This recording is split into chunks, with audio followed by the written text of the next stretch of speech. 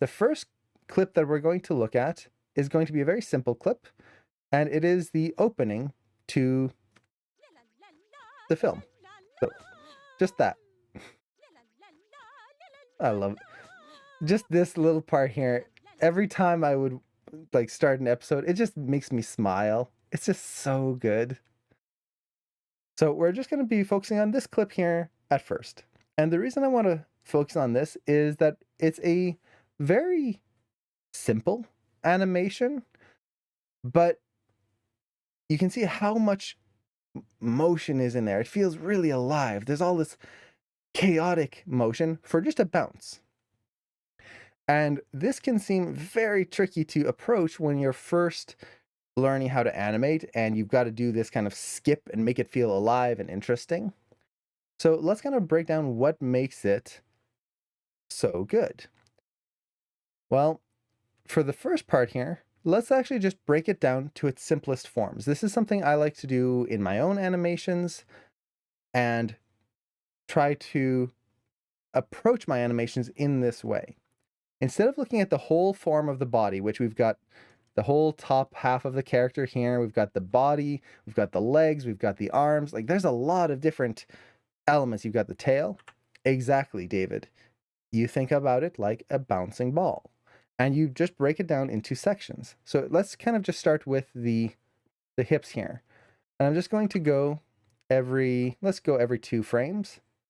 And just think of the hips as a bouncing ball. So especially in 2D, you could essentially animate just a sphere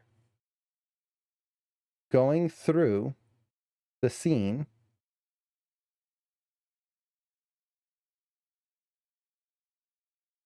I love how she actually jumps backwards a little bit here. See that? How she's jumping forward, goes back, and is still a nice arc. Comes through, and it acts as kind of a nice anticipation for this big jump right here. Now, I will say it's not that she's actually jumping backwards, but that the camera is moving, so she's just slowing down. But they still make sure that the arc moves nice and cleanly. So we'll just kind of go through here a little bit more. Okay.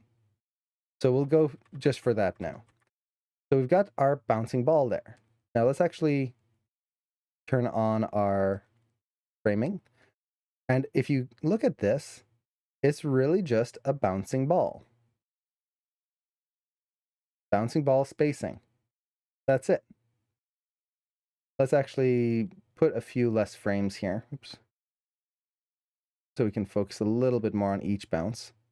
So you can see it's easing at the top, goes a little faster at the bottom there. Hits, bounces up. We get a nice hang time, changes direction as it comes down, lands, bounces up. Once again, hang time, comes down, bounces. That's it. It's just a lot of hang time and exaggerated bouncing. The only difference with this compared to a regular bouncing ball is with a regular bouncing ball, an actual ball, if you have your contact, the frame before the contact is going to be typically higher than the frame after, because as the ball hits the ground, it loses energy and it's not going to have as much to bounce out of. But if you look at this, we have the frame before the contact here, the contact, and then the frame after, which is higher than the frame before.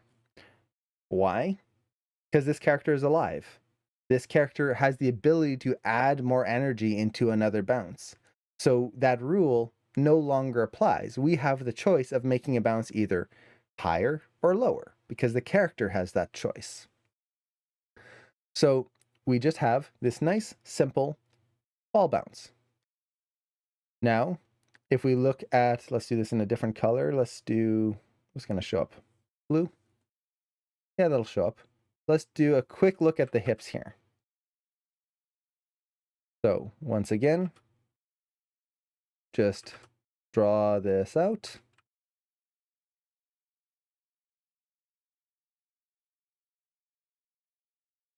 And we'll go, I don't know if we'll go the whole way. We'll see. Nice big jump. Look at that. Nice hang time.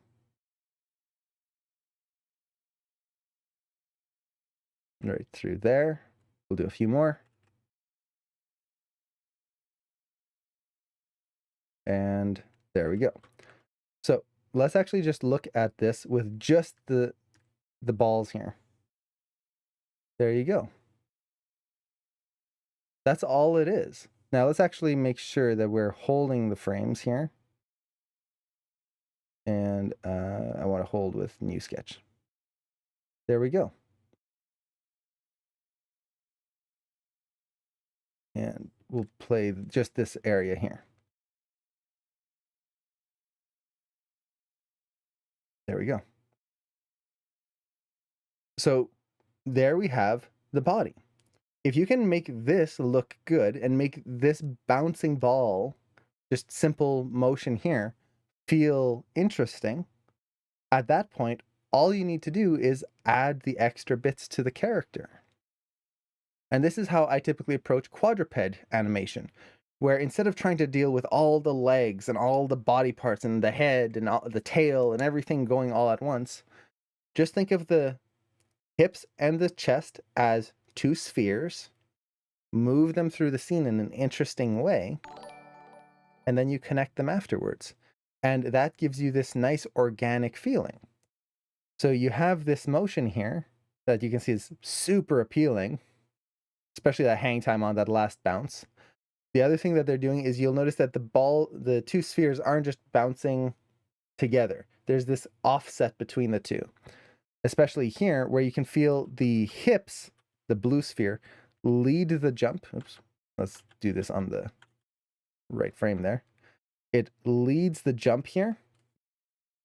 First, the body drags back, and then as it comes down, you can see it's leading the downwards motion too, and drags the chest down.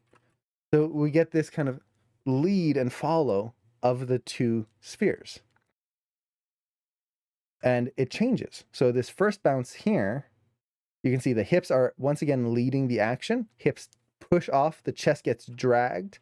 But then here, the chest, because they're bouncing backwards, the chest is pushing off first and then drags, and then the hips go. So they're changing it up. They're adding a little bit of variety in there.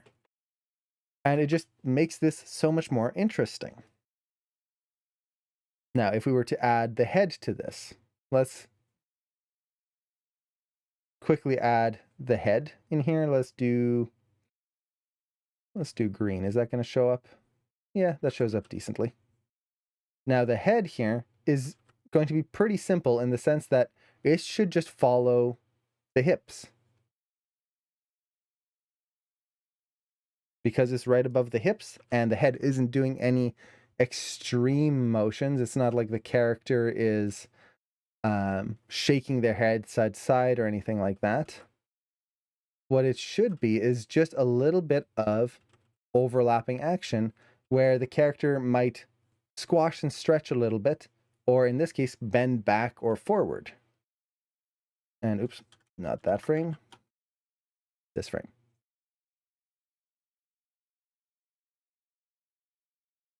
So let's go through here.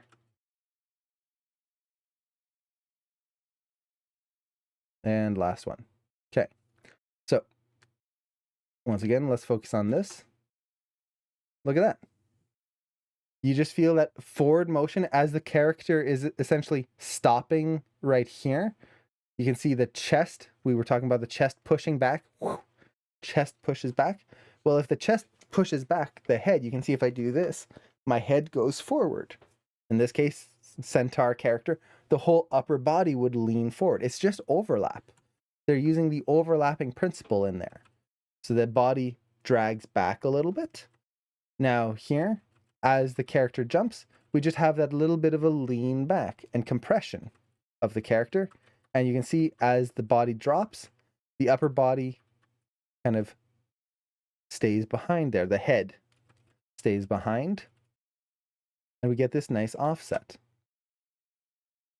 So essentially what they're doing is just making sure that the two spheres for the hips, the chest and the head don't just line up the whole time, but instead have a little bit of an organic squash and stretch, overlapping motion, lead and follow.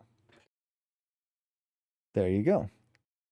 So if you can do this, if you can think of your animations in this way and simplify it down in this way, it tends to make what looks like really complex motions much simpler. Now from here, what we can do is just add the legs and add the arms. That's it.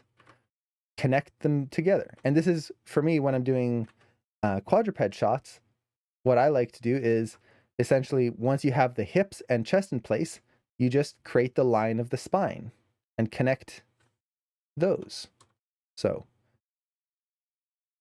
if we just kind of look at the spine here, all they're doing is connecting this together and creating this nice natural feeling in there.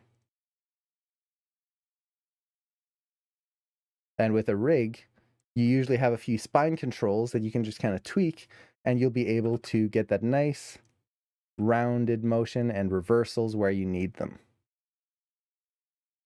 But that's it. You just connect those two spheres now. Now, another thing I do want to mention, which I didn't really mention before, is that they're not just thinking of it as two circles. They're thinking of them as spheres. So this would be actually thinking of the rotations of these. So for example, on the front here, the hips are not just a circle going up and down, but we've got the angle of the circle going through as well. So you've got this rotation going as they are also, let's see, I'm terrible at drawing perspective here. This is where Cameron would have come in handy. They're thinking of this in terms of how it's rotating in space. And this is very important because this is what's going to give you that nice depth to the shot versus just having it move in a flat way. It can still be appealing, but it's not going to feel dynamic. So you think of that for the chest and the hips and the head, and suddenly you're going to have something even more interesting. And I shouldn't have flipped it there. That just makes it confusing.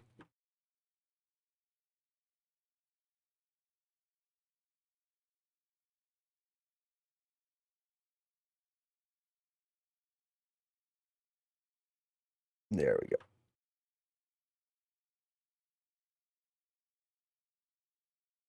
So you get that nice rotation in the object there. So let's turn this off for now and keep looking at some more animation here. So we've got this nice creative animation right there. Character bounces in. And then as they come through here, once again, we get a nice bounce. We get a cool reaction from horse here, which is just a lot of fun.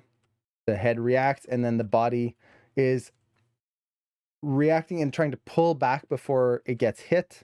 Get this beautiful overlapping action in the head. If you see how the base of the head here moves forward as the chin keeps going back, you've got a great overlap in the head there. But what I really wanted to look at here is just how the llama, which for anyone who has seen the film, you know the name. For anyone who hasn't, it's Wamawinks, the llama, which is just an awesome name. How Wamawinks here slams into the horse, and if you look at the body, it's very subtle. It's kind of hard to see. But if you look at this line here, see how much it compresses right there? You can see it in the fluff right there. As they're hitting, their body is slowing down, but their hips are still moving a little faster. And it creates this nice compression. You can see it right there, where the hips are pushing forward still into the character, and you're getting that pressure in there. and it holds before falling back down. That's really nice. If they had just hit the horse and stopped and then dropped, it would look very stiff and boring. Instead, you get that little bit of compression, and it allows for that little bit of a hold as all of that momentum is pressing into the other character. That's really nice. And you can even see it in the tail, how the tail is stretched out, then starts to curve and overlaps around. So for anyone in Animation Mentor, the squirrel assignment, that's it right there. So let me actually turn this off here. So you can see straight, starts to curl in, overlaps, and comes through. The tailor assignment. Even though it's a big fluffy tail, it's the same thing. So all of these things that you learn in class 1 of Animation Mentor, and honestly probably most animation schools will teach some form of this, you will use for your entire career in all sorts of different ways. So we've had the ball bounce, we've had overlapping action, we've had follow through, successive breaking of joints. All of those things are all applied in this. I love the way her head turns down there. Now, the last thing I just wanted to mention on this clip before we move on to another is something that we talked about yesterday about facial expressions, and how when you have a facial expression change, you want to build in offsets. That's what makes things feel more interesting. If the whole face changes at the same time and rotates at the same time, facial expressions tend to look very dead. They just don't look that interesting. So instead, what you want to do is layer them in. So the eyes might start first, or the brow might start first. Maybe the head starts rotating first. Something starts, and then you have them move in a sequence, not 1, 2, 3, 4, but overlap. So you don't want, let's say, how do I want to draw this? You don't want the whole head to move as a whole, but you also don't want, let's say you have the eyes, mouth, and then head and brows. So let's say you have that. You don't want this to start moving and then this to start right after, then this, then this. If you kind of get this feeling here, where everything happens 1, 2, 3, 4, the whole face will become disconnected. Instead, you want to have an overlap, and not always the same overlap. So for example, if this happens now, where the brows start moving, then the eyes, and then the mouth, and then the head here, see how it creates this very even feeling where everything just starts to move like 2 frames after each other or something like that. Visually, it's already boring just looking at the spacing chart. Instead, you want offsets, but you want to offset the offsets. So maybe the brows start to move and the eyes will start right afterwards. But the eyes move, maybe they take a little bit longer than the brows take. Then the mouth might start a little bit later, maybe around here. So not 1 frame after, but maybe 2 or 3 frames after. And the mouth will take a lot longer to move. Something like that. And then the head might actually start moving pretty quick after the mouth, maybe around there. And it's a short move. So maybe you have something like that. So now you have this offset where you have a little difference here, a big one there, and then maybe a medium one here. That creates a nice natural offset to the face, and you can put this in any type of order you want, in any type of pattern you want. Now, I say all of this, we explained all of this. The reason I did is, if you look at horse's expression here, that's what we get here. You get the eyes leading the action, then the head starts to tilt down, right there, and we get that offset. And not only that, they're not starting at the same time, but they're also ending at different times, so that eyes are done moving here. Then the head goes. We even have the mouth, which reacts early here from the first impact, and then it just stays still. It's oftentimes you don't have to move everything. If I kind of get into a smile here, let's say, I can turn my head, I can change my brows, I can do all sorts of things, but my mouth doesn't have to move. When I make different expression changes, I don't have to change my mouth every time I change my brows. So you want to pay attention to these elements and see how you can create those little offsets. And it's just a little drop here of the head, but it really makes it feel more organic. And then, yes, you got the nice eases in the rotation as well, where the head eases out. If you kind of look at the spacing of the nose here, then it speeds up a lot. Look at how much of a spacing difference you have there. If for anyone who's been in the streams before, you know how I often talk about when you push your spacing, try not to get your spacing to just feel very kind of even in the ease in and ease out. So where it's, let's say, something like that, where it's kind of the same here, and then the middle is right in the middle. That's not that interesting. And especially when you have more frames, that gets really boring very, very quickly, because everything just kind of feels very even like that. Instead, try to push your spacing so that you really push the ease ins and outs. Skip the middle and usually try to favor one side more than the other. And then once again, push that ease. So you get much bigger spacing, but not evenly. You can see one is much bigger and then the other is a little smaller right there. Now, if we look at the spacing for the nose of the character, let's actually turn on this. Look at that.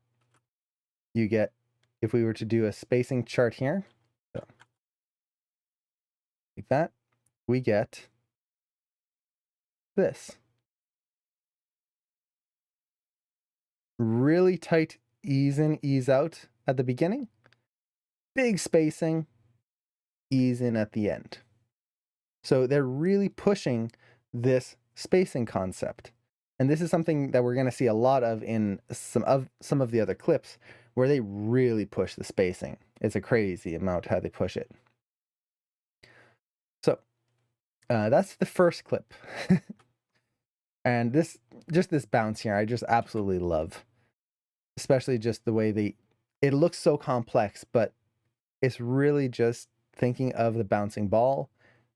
And one thing I love here is just the way the arms open up. It's just super appealing. And they're trying to avoid the twinning here. So on this frame, it's kind of twinned, where that arc, let's pick a color that shows up. That arc of the arms is kind of twinned.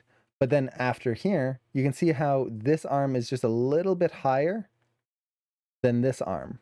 And they're changing the shape of it, where this one has a little bit of a bend this way, the other one's more of a swoop.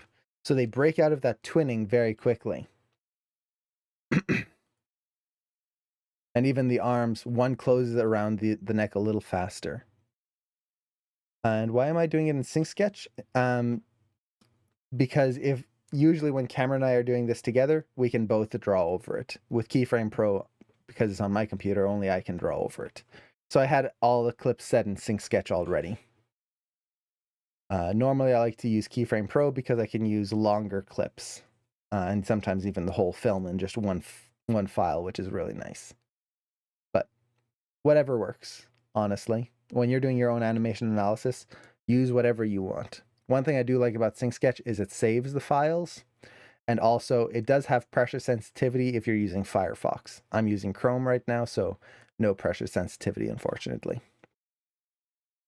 So that's the first clip. Let's actually move on to another one before we go. We'll do the whole 3 hours just on this one clip. I could do it. I could. We can just talk about this forever. But let's actually move on to something different. Let's go to this clip. Now, this is not the most interesting clip visually. It's just a rope. But it is a really cool scene. And it's one of those things that as an animator, sometimes you'll be asked to animate a simple prop or a rope or something just falling, and we have to do it. Now, the reason I wanted to bring this up is, once again, this just brings up the simple principles that you learn in class 1. If you look at the way this rope is cut, we first have this nice hit. This is very good. They're missing the contact frame. This is important for almost any impact. If you want the impact to feel stronger, you skip the contact frame. They are not showing the frame where the sword is just touching. That's like right around. No, I wanted red. There we go. Where the sword is just touching the rope and the rope hasn't moved yet. They're not showing that frame. So it would be that frame there. Instead, we see a little bit of the sword right here, and then it hits. And you can see the rope already reacting in an almost halfway cut. This makes the impact stronger. I also love the smear frames here. These are cool. So we skip that.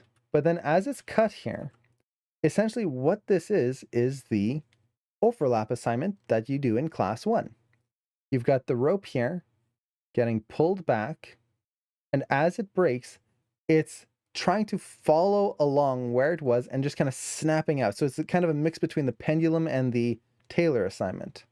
So you've got this rope coming through here,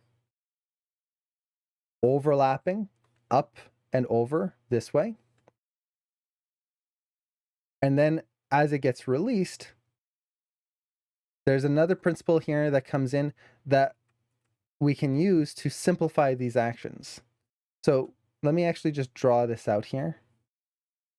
And as we look at this, let's go here. At the beginning,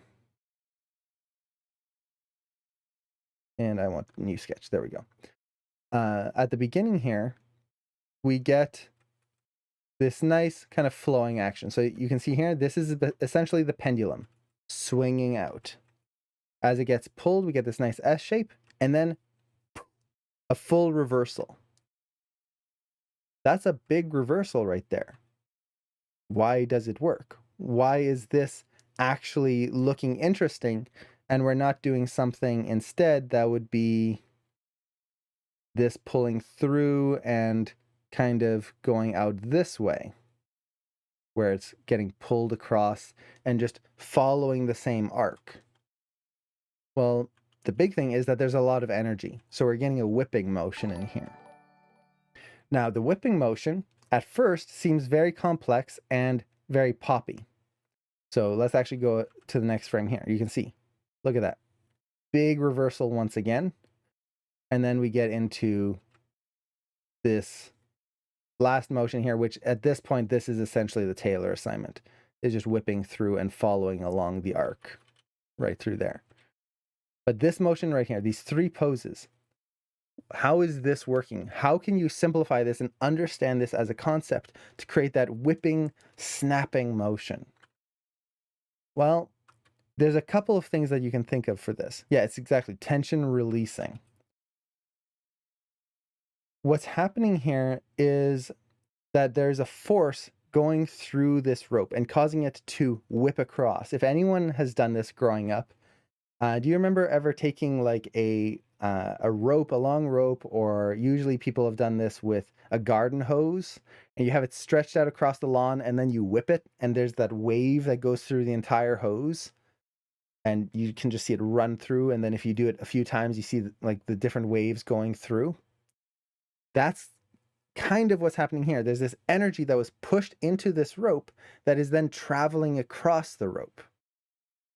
Yeah, rubber band breaking, same thing. There's this energy that was released and pushed through the length of the rope. Now, a rubber band is a little different because it's got the stretching property as well, but a lot of the same principles apply.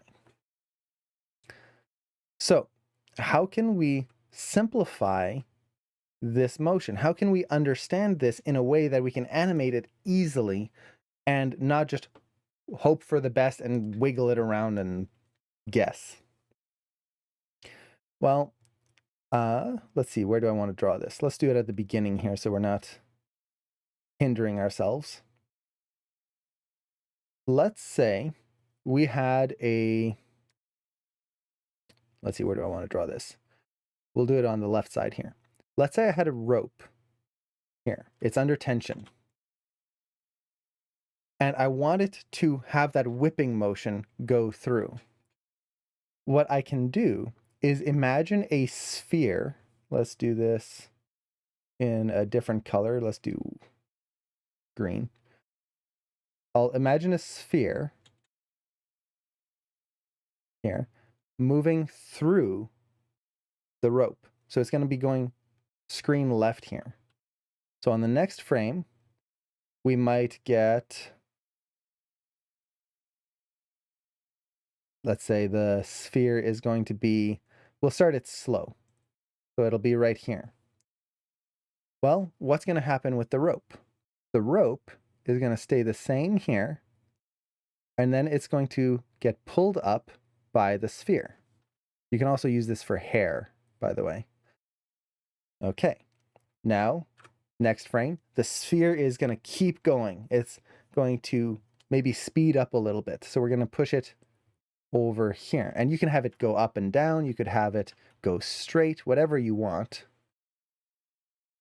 What's going to happen to the line? Well, the line is going to react and get pulled up on this side. Now, the back here, it could reset back through there. This would be more like hair that's just kind of getting a gentle breeze blown through. Or you can have it overlap down and whip across. Let's kind of keep it simple for now. So we'll have it come back here. Now, we'll do the sphere. Let's kind of just have it go to this point here. Okay. Now we get this. Something like that. So if we look at this now, we're getting that wave motion going through the curve and pushing it and creating this energy. That's pretty much it. Okay, great. But this isn't giving us that whipping motion. This is giving just kind of a wave motion. How do we get the whipping motion? You add another sphere. So let's say you have another sphere coming through here, but this one's maybe a little bit higher right there. Now, as it comes through, that line is going to get pushed down by the next sphere. And let's say that sphere, where do I want it? I don't want the spacing to kind of feel even, so maybe we'll push it a little bit further here, and maybe let's make it a little bit bigger too. So now, this gets pulled through, and then you get that.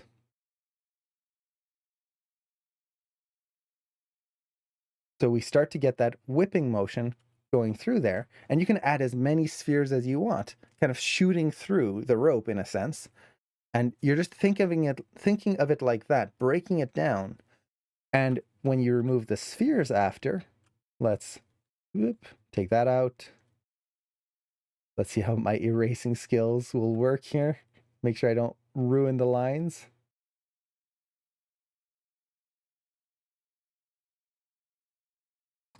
Take that out. And this. There we go. Now we've got a rope that's getting this energy. You can almost imagine like someone took this rope and just snapped it or like hit it with something, and you're getting that energy pulse going through the rope. And this is just a few frames, but that's all we need. In this case, there were 3 poses that they did. It's animated on 2, so it holds every 2 frames. But there you go. So when we look at this again is the overlap, just pendulum kind of motion. And then here, you can imagine the spheres. So the sphere here would be kind of down here, pushing through, and they're using the sphere in 3D space, not on a 2D line, just a flat surface. They're thinking of it coming closer to camera as well. So you've got the sphere in here, And then it comes through here, and you've got the other sphere kind of pushing through here and going down over here behind the other one, and then coming through. I apologize for the horrible circles. One day I'm going to set this up so I can do it on my Cintiq. My tablet is a little small for doing big gestures like this. But you can imagine it just like that. These spheres going through and affecting the rope as the rope is being pulled across. There you go. Now, do you have to do it that way? No, there's a lot of different ways you can think about it. But this is one way that you can take what looks like a very complex motion and simplify it by just thinking of animating spheres through your scene. And it's just ease in, ease out. How fast do you want them to move? How do you want to push the offset between them? And that gives you this nice dynamic feeling to a rope or any type of object like that. So, yeah. When I saw this scene, I just thought, oh, that's a really cool way of doing that. And it just looks so cool too. Like if we just watch it play back at full speed, you can see how much energy that there is there. Now, the other thing that I really like about that, about this scene here, is the spacing of the rope. It's not even. So if we look at the tip of the rope here, right here, let's do this in a different color. What color haven't I used? Purple, will that show up? Okay, it'll show up decently. If we look at the spacing of the rope, where it gets cut here, we get a little bit of an ease out. Big spacing right here. It comes across. It eases a little bit right there before whipping across, easing again, and then whipping across right through here. So let's just take a look at that spacing right there. And oh, there's so many drawings. If you look at that, our spacing is going here to here to here. And then, oh, let me actually start at the beginning. And I'm going to try to draw it all out. Okay. Just trying to find spacing. Okay. So it goes from here, here, here, there, yeah, here, then across, here, here. I'm going to just draw this a little to the side so we don't get messed up. From there. Okay, and then there's the other ones. Down here. And then the last one is up there. Okay, so let's turn off our ghosting there. And you can see the arc of this is fairly simple. It goes up, across, over, around, like that. So it's a complex arc, but if you look at the spacing, it's easing out right here, goes faster. We've got a change of direction where it eases in a little bit, goes fast again, change of direction, it eases, and then it goes fast. You'll notice that there's those eases on the change of direction. That is one of the bouncing ball principles. When you have a change of direction, the ball goes up and then down. The hang time, you put an ease in there. When you have a change of direction in any direction, so left to right, just like that rope, you put an ease in there. It doesn't have to be a huge one, but if you do that, it makes these motions more interesting. And when we watch that rope, pay attention to how it kind of holds on those changes of directions, what you can also call extremes. It's when the pose is at its most left pose, and then it goes to the most right, and then most left, or highest, and then it's changing. So See that? If you watch it, you can kind of feel it hold just a little bit. Left hold, right hold, whew, gone. And it makes it so much more interesting than if it just went 1, 2, 3, and then gone. And so you get a hold, hold, motion. Very simple, but it's appealing. It's interesting. So they're using all of these little principles to make this, just a rope cut, feel so darn good. Let's see. How do you know how to simplify? Is it experience or some technique? It comes with experience and kind of experimentation. A lot of times when you're simplifying things, you just want to break things down into their core elements. And a lot of this is studying reference, looking at reference of how does a rope break. You're not just guessing this, you are learning from real life. Now, for something like this, they might not have looked up reference, but the animator obviously knows their physics and their motions, and they have done things like this before. So just do quick little tests, practice it, see how you can simplify a shot or an action in a clean, simple way, and try to get that appeal in there. It's like looking at the scene from above. You can see the shape of it. It's like it's giving you the depth of information with emotion. Exactly. So it's you're feeling that depth through there so much more. So with that, we can keep going with the rope, but to be fair, I will say looking at a rope isn't the most interesting thing. Let's look at actual character animation. That's, I'm sure, what everyone came here for the centaurs. So yeah, final note on this, I just want to mention, just like what we talked about in the first shot, break it down into simple elements. And especially for all of you who are just starting to learn animation or in class 1, things like that, when you look at these more complex shots, that it's like, how will I ever animate this? I don't even know what to start analyzing.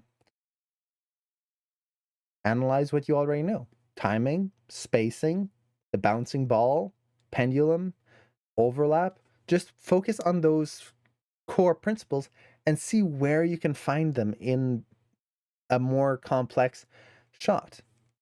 Just like what we did here, when you break it down, it really is just a bouncing ball throughout all of it. Now, when you think about it like that, it's not that hard. It's still hard. Animation is extremely difficult, but at least you have a starting point. You're not just guessing and hoping for the best. Oh, the Castlevania whip animation, oh, beautiful. And actually, for anyone who, I did an analysis of Castlevania a while back. If you want to check that out, it should be in the Twitch replays. But if you haven't seen it, the He-Man cartoon, the new remake, is animated by the same people, Powerhouse Animation.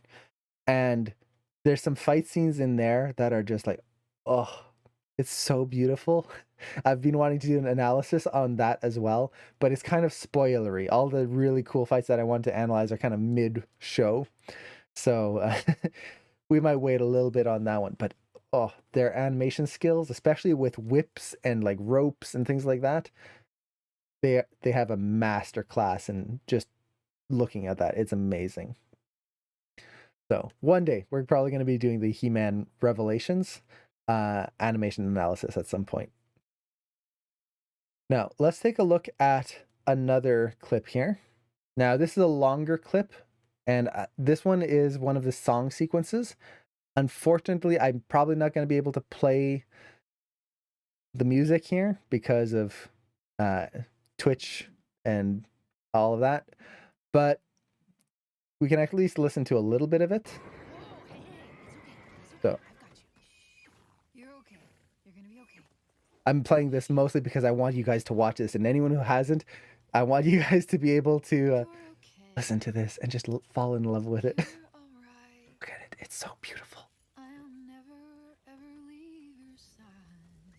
So good. I will stay. And I will fight. Oh, so good. And of course it paused there. Okay, I'm gonna have to do a quick refresh here. I know it's so good, and it didn't even get to the best part. Let's see if it'll play through here. I will stay. Look at the head motion on this With you. with the hair blowing. It's like, oh, so good. So I can't play too much more of the audio, or else I'll get a content strike.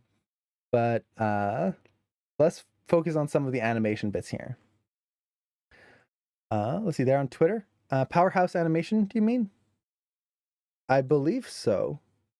I do follow a lot of the animators on Twitter, and they are so good. Oh, that's awesome that you sing this song to your daughter. It's such a good song. I think this is one of my favorite songs of the show, just because it really just brings you into the whole thing. So let's take a look at a few different elements in here. Now, let's just focus on this first segment right here. I'm not going to try and go like super in depth like we did before, because we've already been here for an hour and 15 minutes, and I do want to get as much into these shots as possible. So I'm going to kind of just explain one of the things that I noticed while I was scrubbing through this that I really appreciate in this shot, because this is just the horse rearing up and then coming down. They could have kept it very simple, just up, down, a little overlapping action. Nothing too complex there. But instead, they added reactions from the characters. They have the characters interact with each other in interesting ways.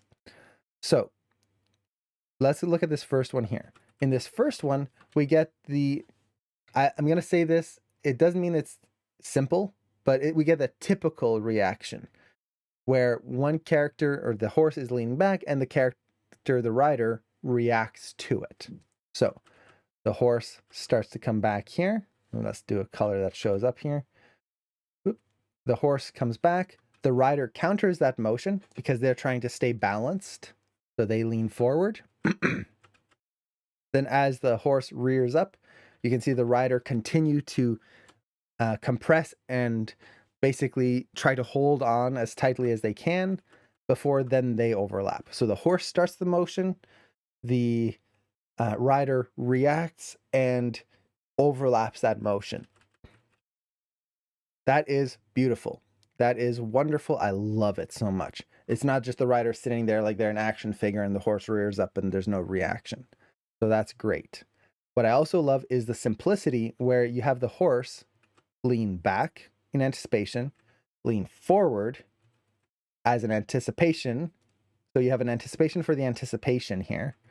And then you get the big lean back. So you've got back, forward, back right through there. And the rider the whole time leans forward, forward, forward, forward, forward, forward until they get kicked back, essentially. What this does is it makes it so that you're not seeing one character doing this while the other character is also doing that and doing it in opposite ways. And that just becomes very confusing to look at.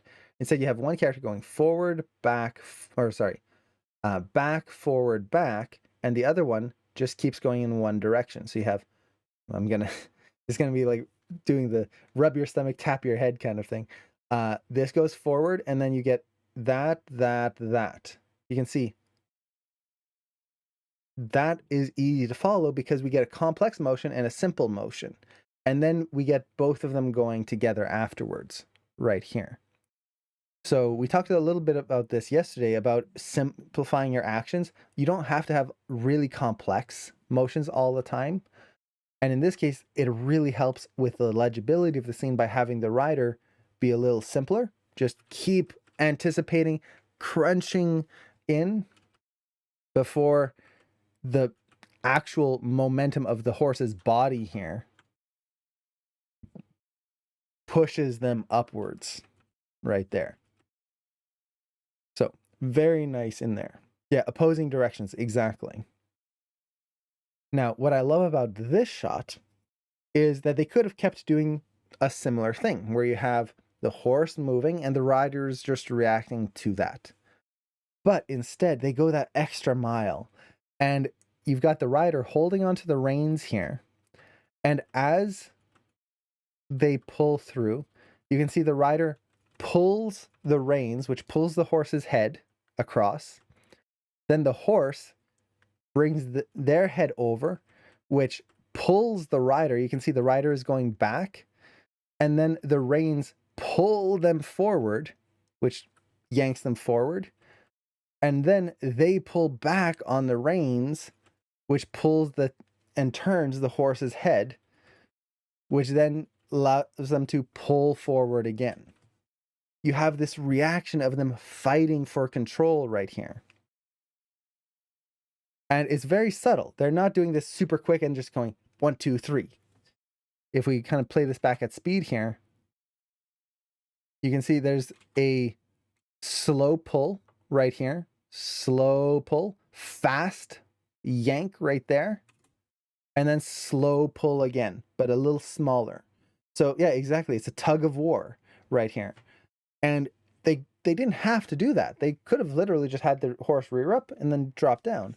But that extra little detail of showing them trying to fight for control, and not in a like a mean way, but just like her trying to protect her horse and trying to do it gently as much as she can, is just really, really nice. And you don't even really see it when you play it at speed, especially if you're looking at the horse's head. You don't really see what the rider is doing, but it's such a nice detail. Now, the other thing I really love about this, and this is going to be something we talk about, and I'll point it out throughout this, is that they are really pushing the twists of the character. The characters aren't just in one position and then moving their arms and doing whatever, and there's no reaction to the body.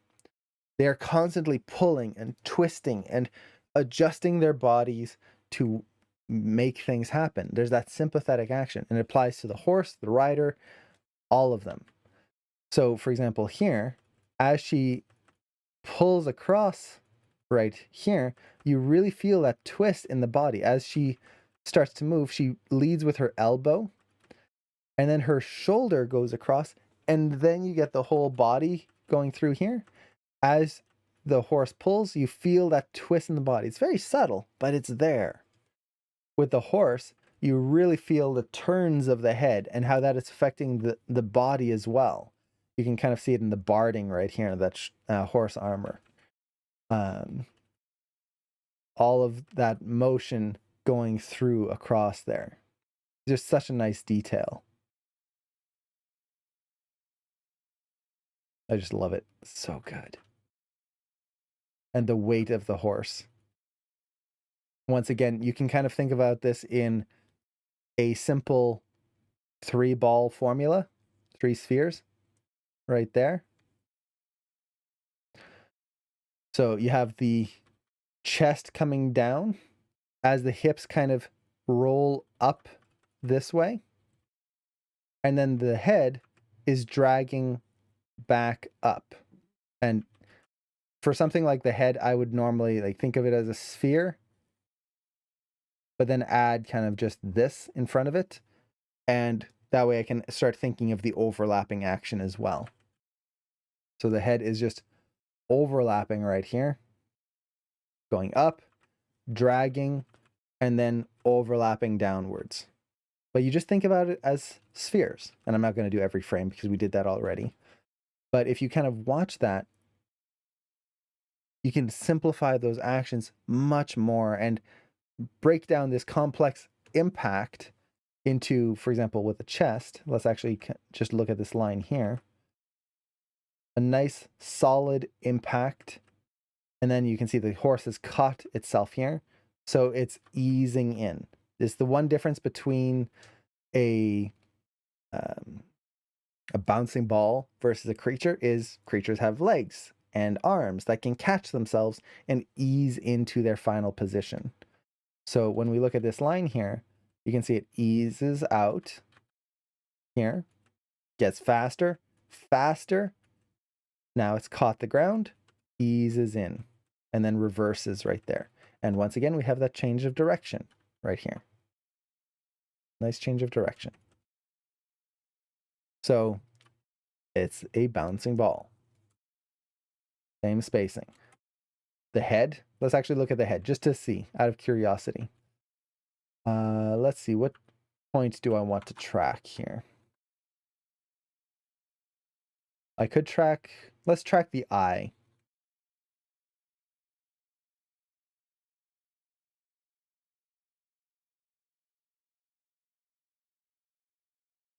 So it comes down.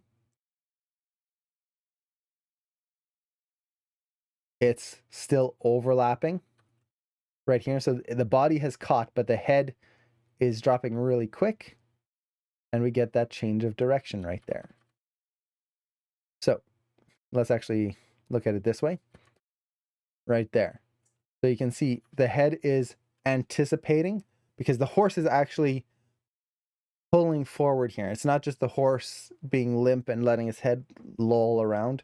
It's pushing forward. So we get that nice anticipation. Pushes down. We ease in a little bit. And then from here, we get into the fall, which essentially is a bouncing ball. So it's going there, there, there, speeding up a little bit, really quick, and then bouncing back and easing to a stop there. So we just have that nice bouncing ball effect there. It's a little different because they're adding the control that the actual creature has, but it's still the same principles. Strange how the horse only lands with one of its front legs. I haven't studied horses too much, so I'm not sure if that's like a weird thing or not for horses to do. But it does avoid the twinning, which is really nice. And Tiki, salut! Hope you're doing well. Bonjour. Let's see. I think the hardest thing in animation, when characters physically interacting with each other, they should affect each other, and how can you animate when everything is affecting everything? That's a really good question. It's really planning things out. You need to plan out your animations, especially when you've got characters interacting with each other. And then when you plan everything out, one of the things that I like to do is try to figure out which character is in control at which moment, and when does that control switch. So for a scene like this, for example, I would animate this probably in a layered fashion. So I would animate the horse's body first, because the horse's body is in control of everything. Nothing is really affecting the horse's body except the horse. So I would animate the horse's body going through this motion and then coming down. And that would give me the main action of the scene. Horse comes up, comes down. Get it? It's not going to be like polished, but like block that in. Okay. Now, what else is affected? The rider is affected by the horse's body. So the rider's hips and legs, I might get those roughly in place in there. Now, what else is happening? Well, the horse's head is pulling the rider, and then the rider pulls on the horse, and specifically the horse's head. So here we have that moment of contrast and conflict, and one gives way to the other. So I would probably block out the thing in sections where I do the horse in control. So I block out that motion and then get the rider to follow along with that. And then you'd have the section where the rider pulls back. So I would then get the rider to move, animate the horse's head, and then move the horse's head again as the rider gets pulled again. I could potentially do it in sorry, losing my voice there. I would potentially do it in that way. Another way you can do it is just pick the one thing that is in control most of the time. So the horse's head. So I would animate the horse's head, do a pass on that, try to make it feel like it gets yanked. And then from there, I just match the rider to the horse's head and match it to when it should pull. It really just depends on the scene and how long each segment is happening. So it's really just planning things out and thinking ahead of how are you going to approach this. Don't just jump in, hope for the best. Come in with a plan of action. It might not work, and you might have to redo it and rethink your plan, but at least try to think ahead. Let's see. Why do we have the ease in the middle? So I'm assuming you're talking about that ease that's happening in the head, right? Kind of here and then here. That ease there. The ease there is happening because the horse is in control, and we have kind of a double drop. So we have the head coming down here. The body drops super quick, which drags the head down. But then as the body catches on, the horse's head has a spine right there. And you can see how the head is very stiff and straight, which means that as the horse catches the ground, it's going to be supported. The head isn't going to crush down because that would crush the spine. So it's going to be supported. And then as the head starts to lean forward, it's going to pick up speed. And then you can kind of think of it like just like an arm falling here. It picks up speed right there. So they are taking into account the spine and how the horse is going to, as it falls down, the head drags back kind of this way, which straightens the spine. And then because of that, it needs a little bit of an ease out to swing forward. Hopefully that makes sense. So it's just thinking of the anatomy of the horse. And it makes for the spacing to be a little bit more interesting than just one simple curve. Okay. So I think with this scene, there's so much we could go over. We could go over the cape. We could look at all sorts of cool things. But let's actually keep going here onto another scene. And where's my Mario dance gone? Oh, did it? Well, the Mario dance only happens when people subscribe, not follow. That way we're not. If it happens at every single follow, there would be a lot of notifications. I'd be dancing the whole stream. I need to rest.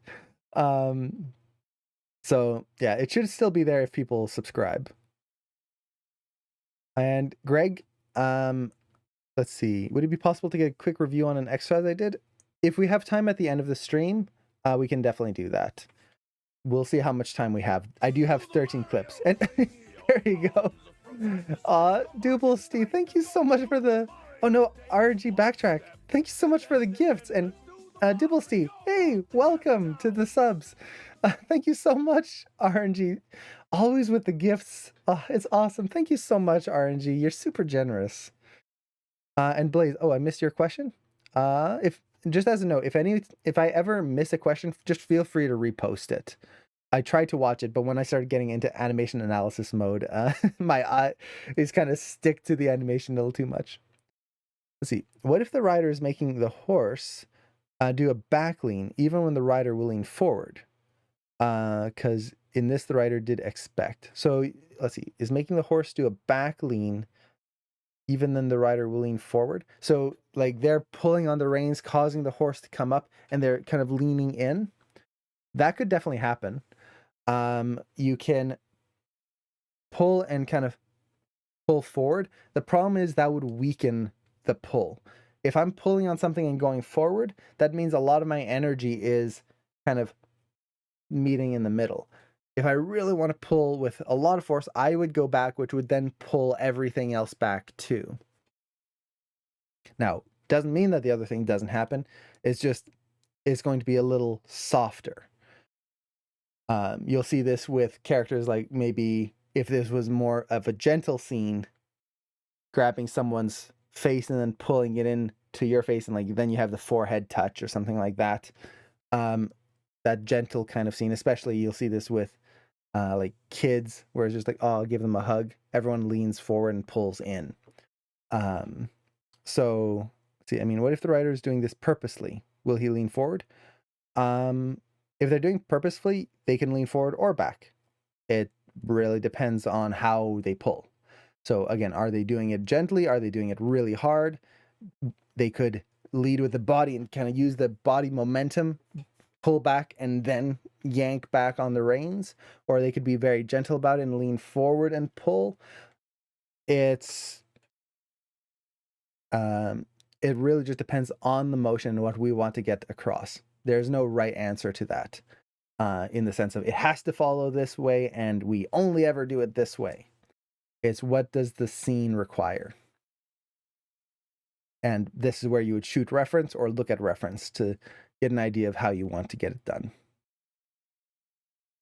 So let's take a look at another scene here. Let's keep playing. There was another scene here that I wanted to look at. I think it was the next one here. Yeah. So a very short scene here, right there, but one of my favorites. And actually, I think there's... Okay. Let's just focus on that first scene. Right here. So let's just hit play. Okay. So we've got this. This is beautifully animated. I love it. Not only is it beautifully animated, and hey, Tiki, thanks so much for the sub here for my 7 Mario dance. Thank you so much. I really appreciate that. Merci beaucoup. Aw. Yay. I love hearing the Mario dance. So in here, one thing I do want to talk about is the composition of the scene. It's just beautifully done. The character is sitting on a third right now. If you were to split the scene into thirds, right there, and then it would be right around here, and then here-ish. My lines are terribly crooked. Oh, that's not much better. There we go. Ish. So you can see the character is sitting on a third, but they're favoring the inner third. So if you draw the middle line, usually when I'm thinking of thirds, I'll always draw the middle line as well. You can see how close they are to that middle line. This brings them closer to the character, to the horse, and makes it feel more emotional. If we had put the character over here, so their whole head is just on this third over there, it would feel detached. Like there's this gap between the characters and they don't really care for each other. Instead, they bring them in to meet in the middle. That's beautiful composition. Lighting is wonderful. You've got the nice rim light on both sides there, which normally you wouldn't get 2 rim lights in a scene. You'd usually try to aim for one, but because there's fire all over the place in this scene, it's going to come in from all directions. And it just helps to highlight the face and bring our attention to the character. So beautifully composed right here. But what I really love about this scene is the head motions. As the character is moving their head, they're not just going up and down or just tilting their head. There's a whole arc to the head motion. You can see the character goes up and then down in an arc. And the arc is fairly simple. Let's actually track the nose for this. So as they come through, we'll track kind of the mass of the nose here. You get a little anticipation this way, going over, comes up. So you had that nice ease, comes up, up, pauses a little bit, goes up again.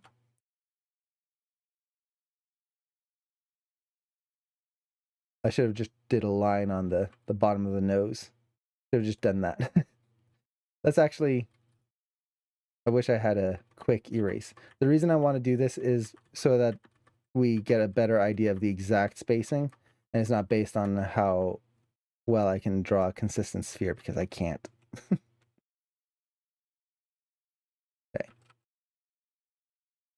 We're just tracking one simple point here.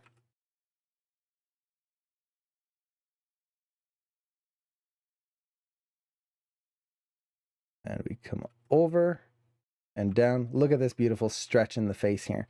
You really feel that mouth coming out and around right there. That's great. And then popping back. Now you'll notice that the mouth really pops a lot. And that's okay. When you're dealing with mouth motions, it's okay to really snap them.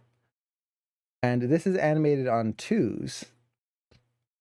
But if we were to animate on 1s and have an in-between in there, that in-between would just favor one side versus the other.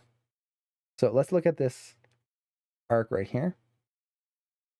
So you can see it's very subtle. Very tiny arc there. And let's get rid of that and that. So it's going across, around, and it comes up and over and then down. So it's doing this and that. It's not just going straight up and down. It's very subtle, but it's in there. And that makes the head motion so much more alive. So they're adding in that rotate X, that tilt up and down, but they're also adding a little rotate Y. And if you actually look at the tilt of the head, and usually you'll do this by kind of looking at the top to the chin and draw a line from there, the head tilts. You can see that. The chin is going this way, the head is going that way. So they're using all of the rotations here to really sell this head motion. And it's subtle. They're not adding a huge twist to the head and having the head shake back and forth. It's just a little thing, but it makes that motion so much more alive. The other thing I really love about this is the contrast in the body. As the head raises up here and starts to come up, we see the shoulders drop down. This is essentially contrasting motion, but you can also think about it as in squash and stretch. So she starts, I'm going to exaggerate, a little bit more hunched, and then as she lifts her head, her shoulders come down. So you're going from a squashed pose to a stretch pose. It creates contrasting motion and just visual contrast, which makes this moment right here feel different from the beginning. You can see it in the body pose. I can't scrub anymore because I've got too many drawings. Like, you can see that difference right through there. And then when she comes to the end, we get a very different feeling than at the beginning. The character is in a different pose. They haven't really moved that much, but we feel that visual difference. So the character's not just standing in one position, they do some motions and then end in the exact same position. And then we get this nice rounding motion of the shoulders. They go down, and then you'll notice that they go back up and then down. So down, up, down. Why does that work? Well, they're starting up high. As the character lifts their heads, the shoulders go down, but then as the head reaches its maximum like up motion, then the body goes up. So the body starts to come up, which brings the shoulders up with, and then relaxes back down. So it's not the shoulders doing this, it's the shoulders starting high, coming down, the body coming up, and then back down. So we're getting that overlapping action between the different elements. And that's what makes it feel interesting and unique, and not just her bouncing her shoulders around. It's that subtle motion you see in the body itself. You can see it in the strap right there. So, beautiful little animation there. Let's see. I think there was another one. I love the horse's expression there. It's so good. There was... Oh yeah, this one. This one, it always makes me think of a Ghibli film for some reason. I love the way they animate the hair here.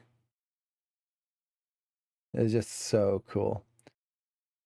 And all of this is just kind of taking in that overlapping action, the Taylor assignment, and just applying it to all the different strands, and just trying to think of the hair in chunks.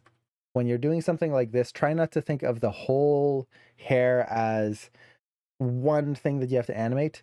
Try to imagine it in like smaller sections. So you might have this section right here, Then you might have this one over here, and then maybe this one over here as its own separate one. And this way you're kind of not dealing with everything as one whole. And this would definitely be done after you do all the body animation. So you'd get the character done first, and then you'd add the hair over top at the end. Hair animation is one of those things that is a pain, but once you get it in right, man, is it satisfying. And this, if you're doing CG animation, could be done with like just simulated hair, but there are times when you will have to animate hair as well, and it's good just to break it up into chunks. Magical feeling with the hair and music. Exactly. It's this moment here when I first saw the film, I just felt like that Ghibli magic in that moment. It was so good. It was this is the scene that made me like I'm sold. Whatever happens in this show, I'm in it for the long run. It was so good. And buddy, thanks for the reminder. Okay. So let's keep going here. Oh yeah, and then there's this scene here too. So good. Let's see. I think there was another scene that I wanted to look at through this. Yeah. So the same thing here, similar notes as before. This right here, what I really find makes it just so appealing is all the little motions in the head. They're not just animating the head going up and down, or just since she's riding a horse, you get that up and down motion, but the head just kind of stays flat as you just get this like sliding motion. Instead, we get overlapping in the head. We get the twist in the head. We get the angle change in the head. And it just makes this so alive. Like, look at that. You get the anticipation of the head coming across this way before she opens her mouth. She's essentially anticipating that big musical number right there. We have the eyes kind of lead the motion down here, and you can almost feel it like drag the head down. It's beautiful. What software are you using to analyze the animations? This is Sync Sketch. So if you just go to syncsketch.com, you can upload clips. I uploaded a whole bunch of clips into this, and you can just draw over. If you want to analyze longer clips, what I recommend is using Keyframe Pro, which is paid for software, but it's a really good program that you can draw over, and you could like just drop in a whole movie file and just analyze in there. For shorter clips, Sync Sketch is great. It's free, and it's got a lot of cool tools. So let's keep going here. I think there was one more. Where was it? This is a great composition right here. Now, one thing that is something I tend to look for in scenes, and especially when I'm trying to do my own layouts, is where do you put the horizon line? The horizon line would be right around here. Not the top of the mountains, but right where the sky meets the earth, essentially. And this is a very difficult line to position in your scenes because you really want to be careful where it's going. If it's too high, it's going to make characters feel very small or like oddly proportioned. If it's too low, it just kind of feels like a weird cut across their ankles. Normally, with the horizon line, you want to try and place it near a third line. So if we kind of break this up into thirds, I wish there was a like perfect third marker here. That's not right. Third line should be a little higher, I think. And third down here. No, that's not right. Because I have this other line, I'm messing myself up. Okay. Third. That's better. So you can see it's kind of favoring the top one, but also right in the close to the middle. Normally, you want to avoid the middle. Having the horizon line right in the middle makes the scene feel, in most scenes, kind of weirdly balanced. In this case, it works because we've got this big, wide establishing shot. It's showing the countryside and the characters are small on screen. It kind of shows this scale of the world. Now, when we go to the next scene here, look at where the horizon line is. We don't see it. This is because this is a low angle shot. So the character is, or the camera is low, looking up at the character. So the horizon line would be out of sight. But then here, this is what you would typically look for in a horizon line. That horizon line, which should be right around here, is pretty much on the third.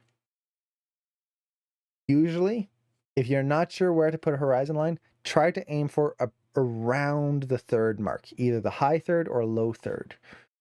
This gives you a nice compositional feeling to the shot. If it's too low, like just a sliver at the bottom, it kind of feels like something's missing. If the horizon line is too high, you're essentially just looking at the ground. So yeah, aim for a third. It usually gives you a good balance.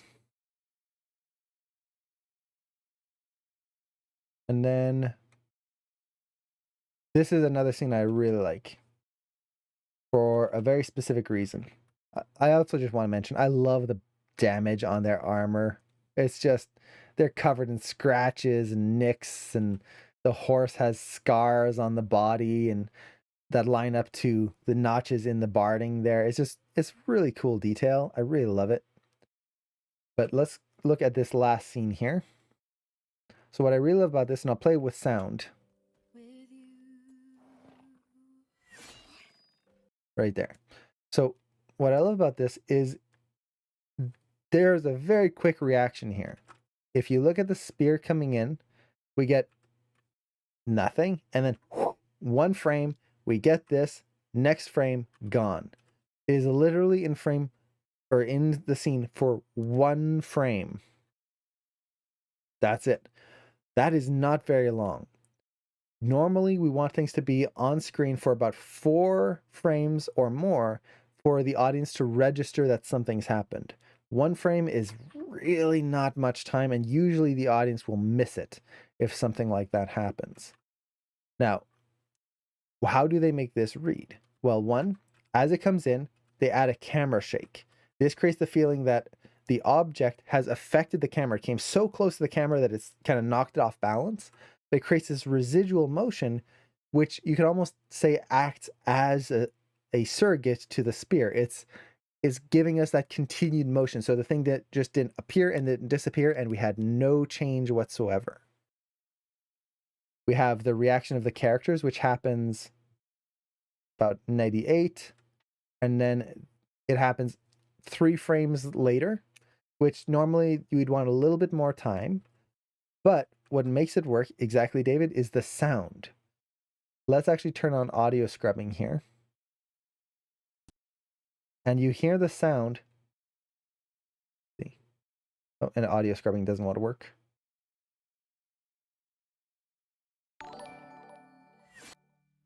You hear that sound about, I think if I just play it and kind of look at this, about at around 93, 94, you start hearing that whistle of the spear coming through. So that sound is what allows us to anticipate something's coming. We see it, then it's gone, then the camera shake happens.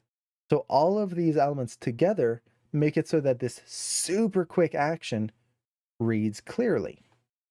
If we didn't have all of these, if we just had the motion itself, it wouldn't read. So this is one of those areas where when you're animating, you have to be very conscious. What is the sound designer going to do? What is the camera work going to do? Now, as an animator, sometimes you will have the option to move your camera yourself. So you can use the camera to help accentuate emotion. So just keep that in mind. We can get away with really quick actions if we use other elements as well. If you don't have access to those elements, so maybe you're not allowed to move your camera and you know it's going to have no audio in here. In that case, you would have to change the animation to make it so that it would read correctly. So this is just a note for anyone who's analyzing animation going, oh yeah, I could definitely have something come in for one frame and then disappear. It's working in this case because of these other elements. If you only have something come in and disappear over one frame and nothing else there, it's not going to work. So just be careful of that. And Constant, hello! Hope you're doing well. See, random question. Do you have any rig recommendations for a body mechanics rig? For a body mechanics rig, the Stuart rig is really good if you want to start practicing body mechanics. The Zelda and Link rigs are pretty good for body mechanics. They're also all free. If you're, let's see, what would be another good body mechanics one? I think starting with the Steward rig is really good because it's nice and simple. You don't need, when you're working with body mechanics, you don't want to have facial stuff. You don't want to have a whole bunch of complex controls. Just easy to pose, easy to work with. The nice thing with the Steward rig is it has FK, IK snapping on the arms, which means if you pose the arm in FK, you can snap it into IK and it's put into that position, which is really nice. So yeah, I would start with that one. The other thing you can do is go to Animation Buffet. So just do a search for Animation Buffet and you'll find a huge resource of free rigs. There's also some paid rigs on there, but you can just find so many good rigs on that site. So yeah, I would recommend that. Okay, so let's take a look at the next scene here. Now, this one was one I wanted to analyze, mostly because there's just one really cool element to this. So we've got this scene here. Very simple. But like I said, there's one thing that I wanted to look at on this, which was the way he punches his hands together. Watch the spacing here. So his hands start together, and my camera is kind of in the way. So let's see it. I can just move my camera. I'm gonna travel. Whee! I'm on the other side now. So this is just weird. I need to, no, wait, there we go. I need to look this way. So we have the fists together. Now, as they ease out, you can see that here, they ease out slowly, increase in speed, ease, ease, ease. So typical ease in, ease out is very slow, fast in the middle, ease in. But then right here, look at this. You get all of this motion here. Oh, and I was looking at the wrong one. Okay, here. So it's kind of a loop, so we can kind of use this. So it eases here. As it comes through, look at this. You get an anticipation in the body. It's coming down, down, and then over one frame. There. Strong hit. One frame, and then you get an overshoot, and then it bounces back ever so slightly. That is a huge spacing pop. Now, why does it work? Well, it works because they anticipate it enough.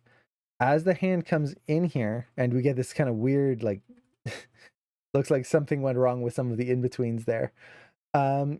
We get that anticipation, holds. We get the body to lead. So the body is the beginning of the motion, and then it hits.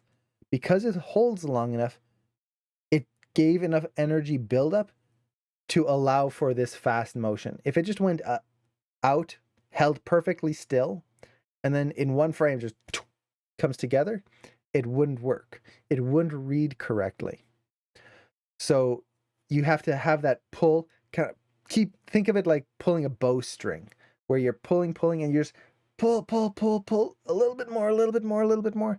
The body starts to lean, it slams together. It's like releasing, or you can almost think of it like one of those bear traps, like the steel traps that you open up. Like imagine holding it back, pulling, and then you let go and it just snaps closed. Because you build up the energy so much, the speed that it closes works. And this is one of the big things with heavy creatures, with big, powerful creatures, is that it's okay to move them very quickly. One of the big, I wouldn't say problems, but one of the big pitfalls that students fall into is when you have a big, heavy creature, it's just moving them really slow and everything is slow. That doesn't make it feel big and powerful. It just makes it feel like it's in slow motion. Instead, big creatures have big buildups where they build up energy. And once they've got that energy built up and start moving, it can come in very fast. If ever you've seen like an elephant moving quickly, technically elephants don't run because they always have one foot on the ground. But when they're moving at full speed, they're moving really quick. They're going to outrun you with no problem. They're not moving in slow motion. But what it is a lot of energy buildup. When you watch them move, there's a lot of anticipation and then explosive energy. Explosive energy. So in this, we have this nice explosive, powerful hit because we built up the energy enough. So that was really the only thing I wanted to show on this clip. It's got a lot of other cool things, but we can kind of move on. And let's go. We've got quite a few clips. What time is it? Okay, I've got about an hour left. We might have to do this into a two-parter. And let's see. The buildup is what makes it work. Exactly. I'm still trying to learn to do this kind of stuff. It's a tough thing to learn. It's very easy when you're breaking down your shot and when you're moving your shot around to fall into that, I guess you could say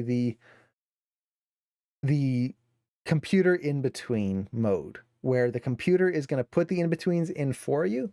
And instead of us as the animator disregarding it and going, okay, I'm just going to do my own, we very easily fall into, okay, let's just make it better, which means that we're going to ease it and like push it a little bit, but we're still following a little bit of that computer in betweening.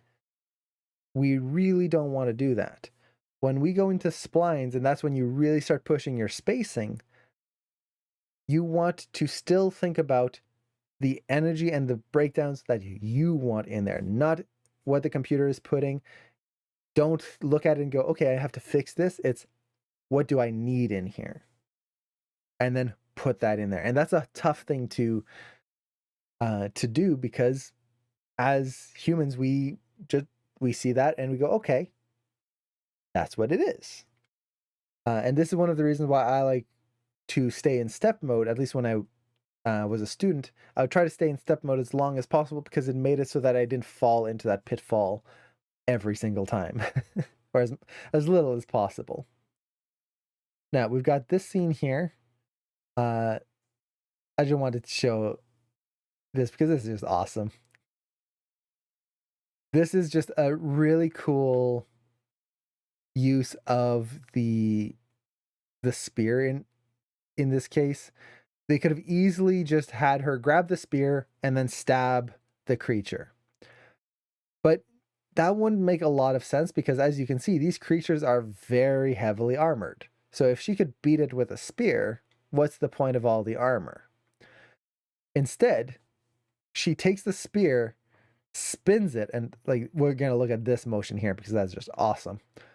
She takes the spear here, beautiful bend. You can see the grabbing point right there and how the whole spear is bending across and then yoink comes through.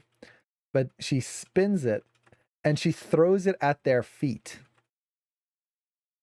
She's just using it as a tripwire essentially. And then they just pile into each other there. That's super creative. This is one of those things, we've talked about this on stream a lot, but I want to repeat it as much as possible because it is a good thing to keep in mind when you're animating your own shots. When you have a situation in your shot that is unique to this moment, try to find a solution that is unique as well. So in this case, she's running. She has to stop these creatures while she grabs a spear. The typical thing is stab it. But they're heavily armored. So instead of going, well, oh well, I'll just stab them anyway. They found a different take, and it creates this unique moment that is unique to this show that we haven't seen in other shows. It's playing with your limitations. Don't look at limitations as a limitation, as a bad thing. Look at limitations as ways of being more creative and trying to figure out solutions to these moments. If your character isn't tall enough to reach the countertop, instead of just cheating it and having them tall enough to be on the counter or to reach the counter, figure out a way that they can. Maybe it's like as a kid and they have to grab a chair. Maybe they grab a stool. Maybe they climb onto the counter. Suddenly, you've got a moment that's unique to this character and how they would interact with the world instead of just typical vanilla moment. So just really push those things. Now, let's actually break down the animation here just a little bit. So one thing I love here is that lead of the horse's head. You can really feel the horse's head just coming in towards camera here. And this is one of my favorite things to look for in my own animations, and you do it a lot in 2D as well, is just think of the overlapping shapes. So if we think of the hips here, the chest here, and then the head here, I'm just kind of doing the forms there. Instead of all of those shapes staying at the same relationship as a character turns, try to think of it as these different shapes, and you want to see a visual contrast in them. So as the horse comes through, we only see a little bit of the hip here. We see some of the chest, and now the head is overlapping that shape. So if you look at that, you see that visual change in those individual forms. When you are animating your own shots, you can think about it like shoulders and chest and head, and have the characters change as they go through. Think of those overlapping forms. This is a great way to avoid that 2D effect, or I shouldn't say 2D, it's that I guess you could almost say an orthographic feeling to the characters where they're moving and they're interacting with the scene, but they're always just kind of doing this. Everything stays in relation to each other and they just almost slide across the screen. And that feels very boring. So think of those overlapping forms, and you can see how the hips really swing out there. We've got a little bit of Tokyo Drift right there. Uh, um, so we come through. Now, one thing I love here is as she reaches forward, she's actually leaning back. And Just V, hey, thank you so much for the sub. Aw, thank you so much. I really appreciate that. Thank you so much. And also, hello, hope you're doing well. So we've got the character leaning back here. This is just a nice touch where they're pushing that line of action of the character. You can see she's kind of bent forward here. And then we get that reversal right in there. You get the arm reaching out. We get that nice hold in the pose. Look how quickly she moves. She's in this pose here. Arm is out. Now, I do want to mention, they are animating this on twos. So you can see the pose here. It holds, moves, holds, moves, holds. So if you're going to try to do this in your CG animation, it is not that she's moving over one frame, she's moving over 2 frames. So there would be 1 frame of an ease out, and then when you're animating on twos, you can make things a little bit snappier. But we get that over 2 frames, the arm comes out, and then from there, she's essentially just holding the pose. It's a moving hold. And they're really just exaggerating this nice ease on the body there and that line of action right through into the arm there.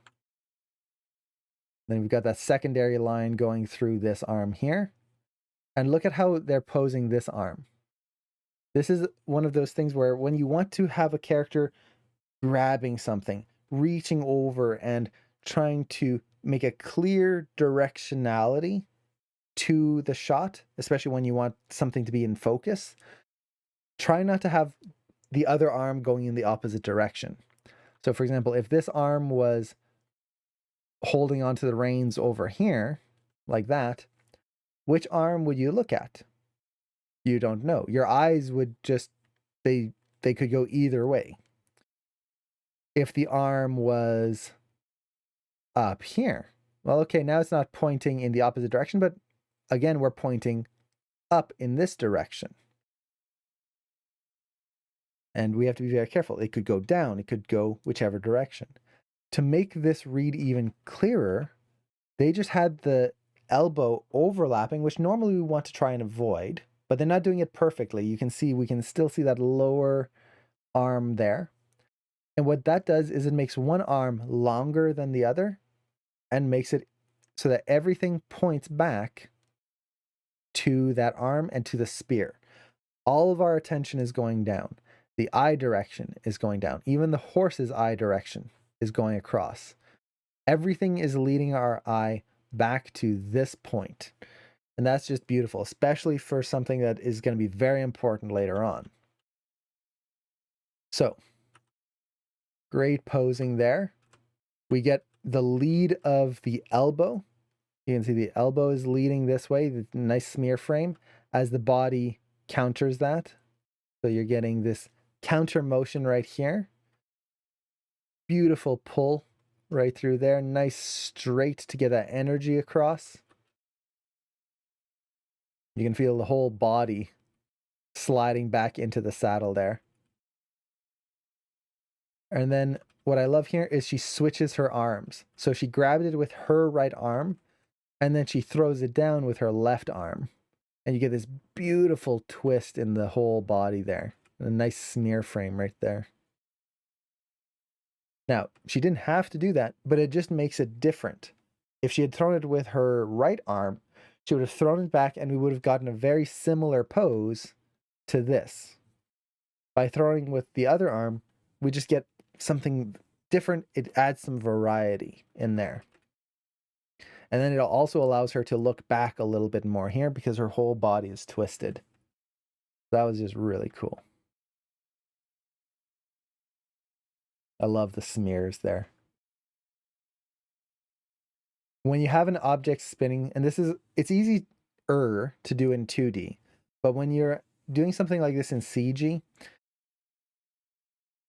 one of the things that we can do is not be afraid of hiding geometry. So if you imagine this as a CG scene, you've got the spear right there. This would be your polygon spear, your prop. It's stabbed into the earth. She grabs it. We would add a little bend here. Easy to add a little smear there. But then for something like this, notice how it's not a spear anymore. And especially when we get here, yeah, that's not a spear. It's just a collection of shapes and lines and colors. You can do that in CG. You don't have to keep the spear visible the entire time. When the character starts spinning it, turn off the polygon object and replace it with just these polygon shapes that you just shape and create. And then once you're ready to bring it back, you bring it back. And in this case, they bring it back way over here. And just for one frame and then pew. And I love how it's broken right there. You just see it go off in the distance. So that is something that we can do in our shots. And this is actually something I love about analyzing 2D animations, is trying to use the tips and tricks that they do in here. I wouldn't say cheats, but the way they create these stylistic choices, we can apply it in CG. Nothing's stopping us. The only thing stopping us is the creativity and the fear of doing something that we normally wouldn't. Normally, you have the polygon in your scene. You're not going to turn off the visibility part way through. You just keep it there because that's the prop you have. But you don't have to. You can do whatever you want.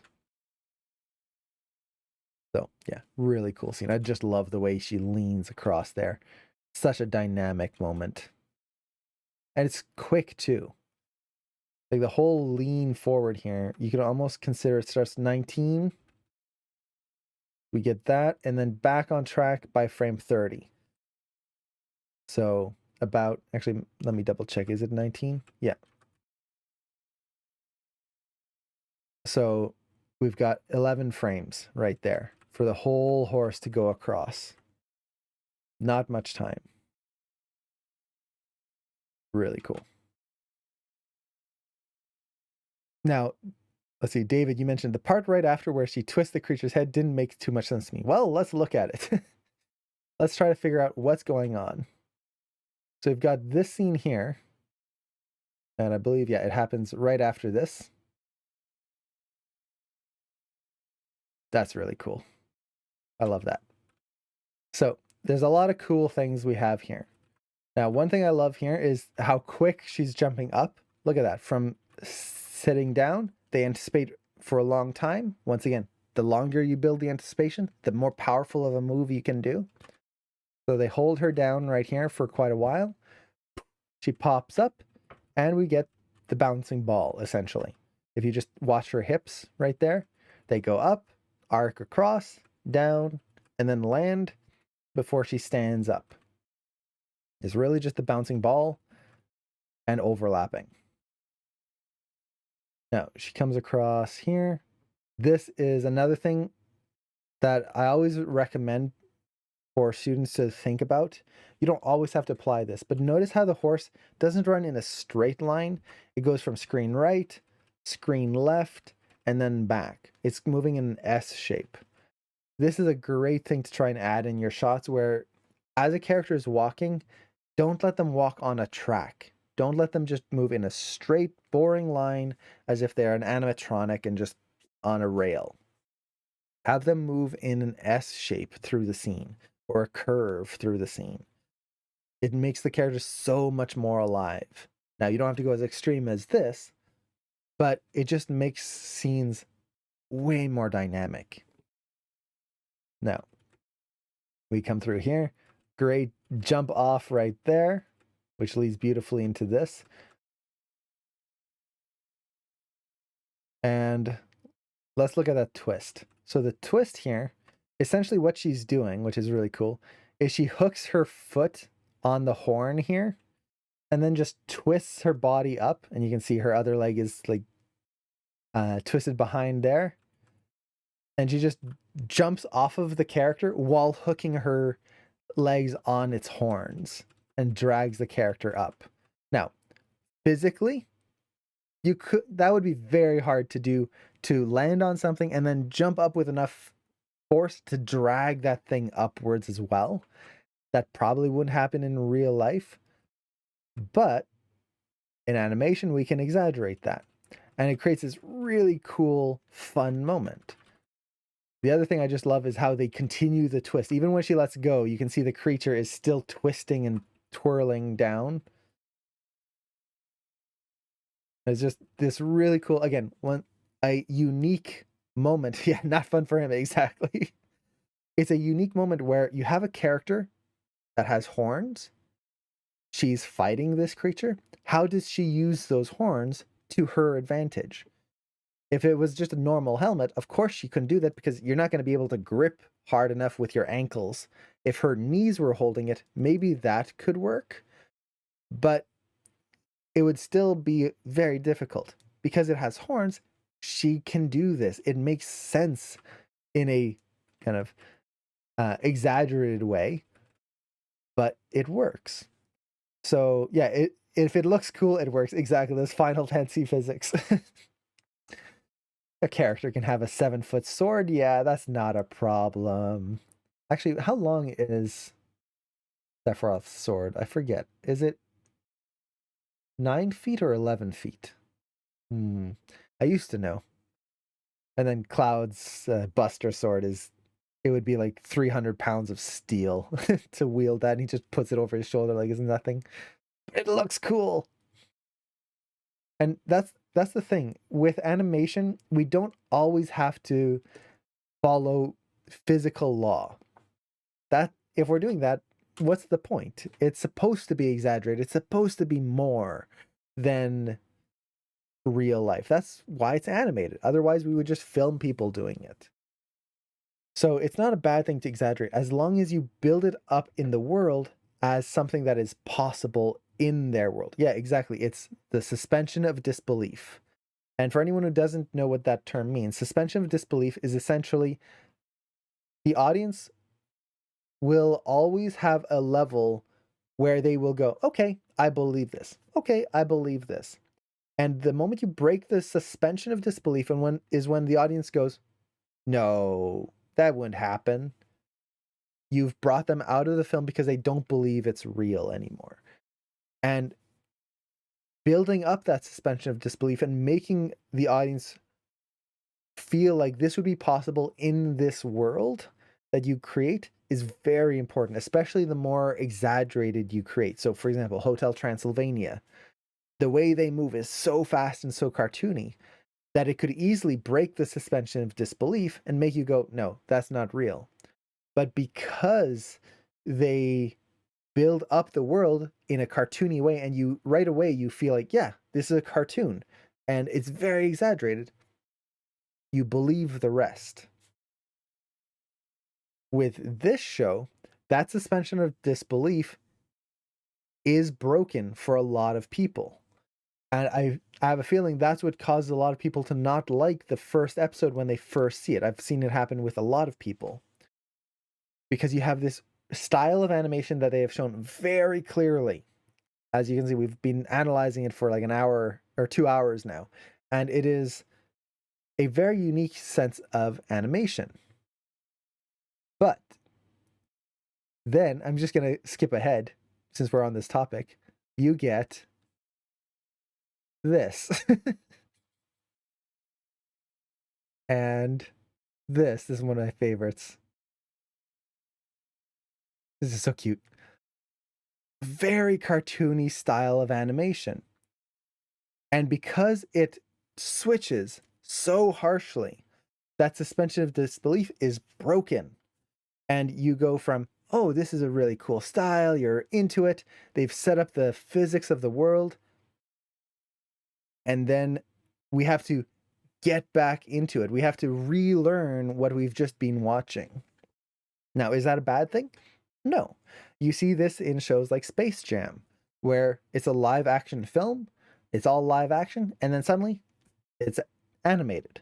Now, the way they get away with that is they'll usually introduce elements to show the animation along with the live action. So in the first Space Jam, they have the kid watching Looney Tunes cartoons. It's an introduction to show the two in the same world, just not interacting yet. Who Framed Roger Rabbit? Right from the start, they are showing the cartoon world in the Roger Rabbit cartoon skits, and then it cuts, and you have the characters on a film set, and you have the real live actors interacting with it. So they bridge that gap very softly. This is a hard cut, and that makes it very tricky to keep that suspension of disbelief going along for the ride. Another one that did it was Bonkers in a slightly different way. See, I have a tremendous respect for your consistency in going live. It really motivates me to not quit my own journey in animation working on my own YouTube channel. Oh, that's awesome. That's awesome that you're making your own YouTube channel. Yeah, consistency is tricky, but for me, I really love it. This is just a way for me to hang out with friends essentially and just talk about stuff I like. So, I use this as my time off. This is my break from work. So, it's nice to do. I really enjoy it. And if you have your animation channel or your YouTube channel, definitely send me a link. I'd love to check it out. So, going back into the animation here, let's look at one more scene before we go into the cartoony stuff.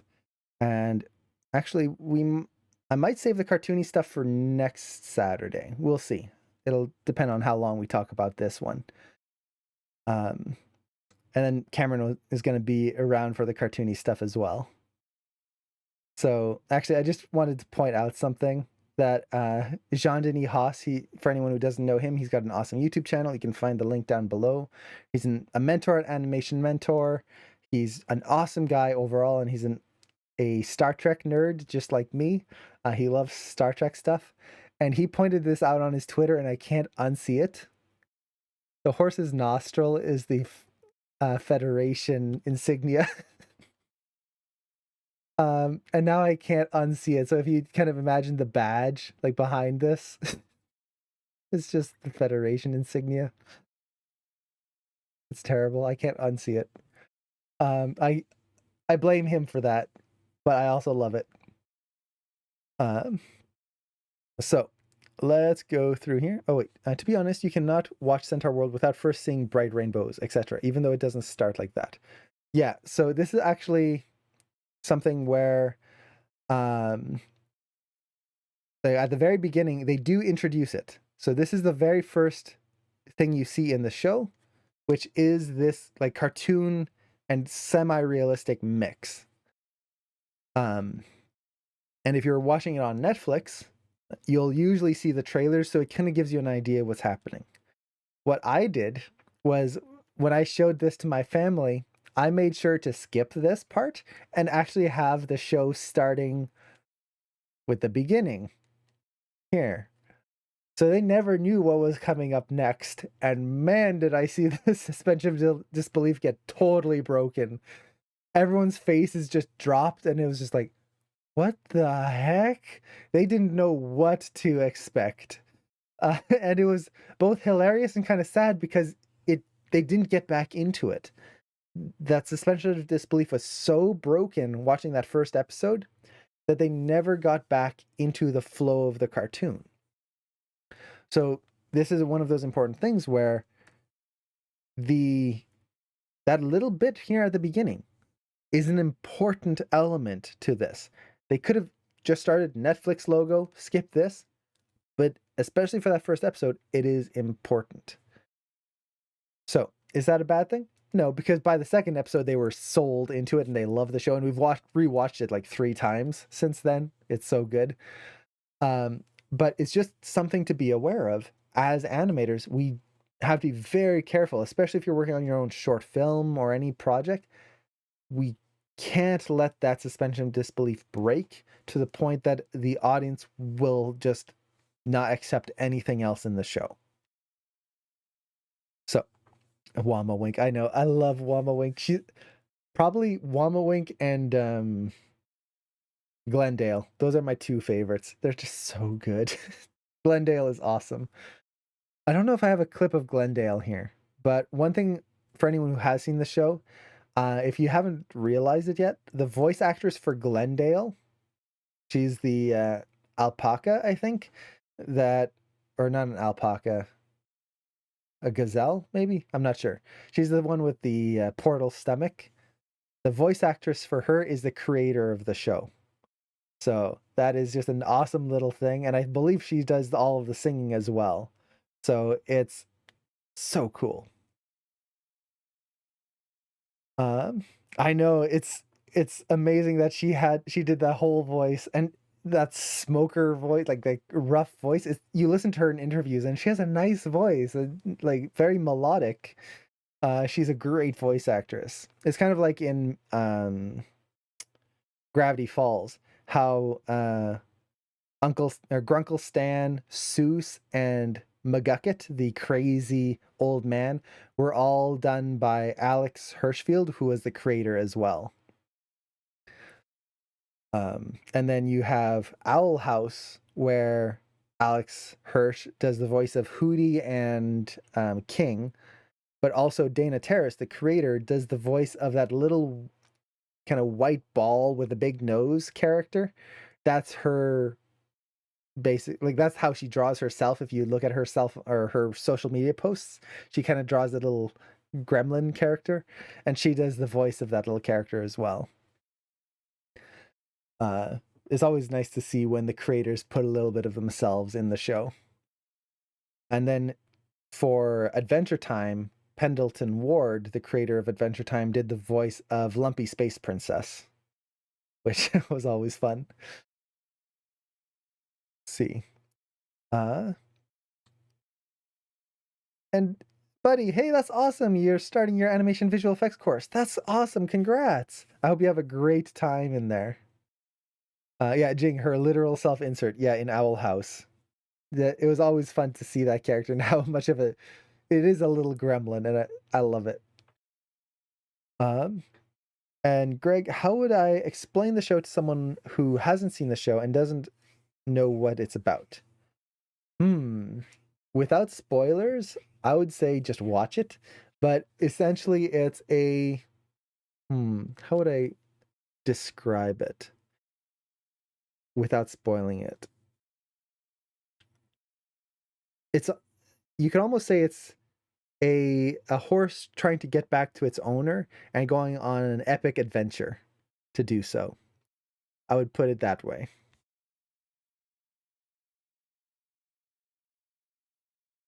So yeah, and it has to go through a crazy world like oh boy, Ali Umna. There you go, Ali Umna. I don't know why my brain did not want to say that word right or that name right. Um, like you said, it's a crazy world. So let's take a look at this last shot here. So this is another really cool shot for a lot of different reasons. That force there on the hit feels so good. Not for the horse, but as an audience, just so cool. And then this kick here. Okay. So there's a lot of things to look at here. Now let's kind of start at the beginning. So one thing I really love here is you really feel her pulling on the reins to get the horse to start moving. And the way they do this is to remove the ease out on the horse's head. So if you watch the hand here, for example, the hand, it moves pretty quick, but we get that little bit of an ease before it comes through very quickly there. So you can see ease out, fast, and then it overshoots right there and pulls back. So we get a nice change of direction right through there, the nice arc. Now, if you look at the horse's head, let's just kind of look at the side here. It gets pulled, but it hasn't started reacting yet. We just get a little bit of the nose, the snout kind of moving over. And then in one frame, it gets dragged and just pops right there. And this creates that feeling of a yank in there. It's not just easing out gently. Then it speeds up here and goes across the whole turn. So we lead with the hand, get that pull in there, great turn. I love the energy of the horse's head just leading that force there and the rider still going backwards. You're getting that contrasting motion before she gets then pulled forward there. Once again, not working in a straight line. They're going in kind of an S shape. Now here you've got a straight line because she's literally going straight to them. A zigzag would take the energy and the force from that away. Now this is actually something interesting. I don't know if it's just the copy that I got from online. The horse's eye turns red right here on this frame. This is not something I drew. This is actually just part of the show. So I don't know what's going on there. This is that one frame, it goes red. And it goes back to normal. Now, one thing I love here is that feeling of momentum. The horse stops, gets into the pose right here. It could have just stopped right there. But instead they keep the energy going. And you feel the horse continue to slide over. And even as it starts running, it's still sliding backwards. That's a great sense of momentum in there. And once again, thinking of the individual shapes. So you've got the shape of the chest here, shape of the hips and the head, and you can see them overlapping each other right there. And one thing they do is they skip the middle. So what I mean by skipping the middle is that they skip the point where you would have the chest here and the hips right behind it. If you ever have a pose like that, it's not going to look good. It's like if I have my hand up here and I'm going down like that, I wouldn't want to have this frame where my hand is perfectly in line with my elbow. That would look boring. Instead, I go from here to there. And we skip the middle. They're skipping the middle here. It creates a clear silhouette the entire way. Now, the other thing that they're using is the line of action of the legs. The legs are very splayed out here compared to the body, and the body is favoring this side. And then that momentum is essentially a weight shift, causes the legs to now lean all over to one side, and the weight is now favoring the other leg. So it's just a weight shift here. Sliding the hips to the side, getting that nice momentum through there. I've got this run here. I love this throw. Look at this. You have the lead of this elbow coming back. As he's coming through, the chest is twisting, but the arm still stays back. Holds. You can see the mace here angling back a little bit as the body is rotating forward. All this contrasting motion to build up the anticipation. And then we get a nice, very quick twist of the mace. And it holds. And then in one frame, we get this huge spacing leap. So we go from here to here. The spacing is increasing. And then all of a sudden, it's off screen. And it's just stretched across. Big throw. Nice spin in there. And then right here, you have her reacting first. That allows us to know which direction it's coming from. And then nice, big, strong hit. Look at how they really push it, feeling like it slammed into that neck. And the spacing of the horse just slams to the side. They're skipping that contact frame, just going from not contacted to the hit. Slam in there.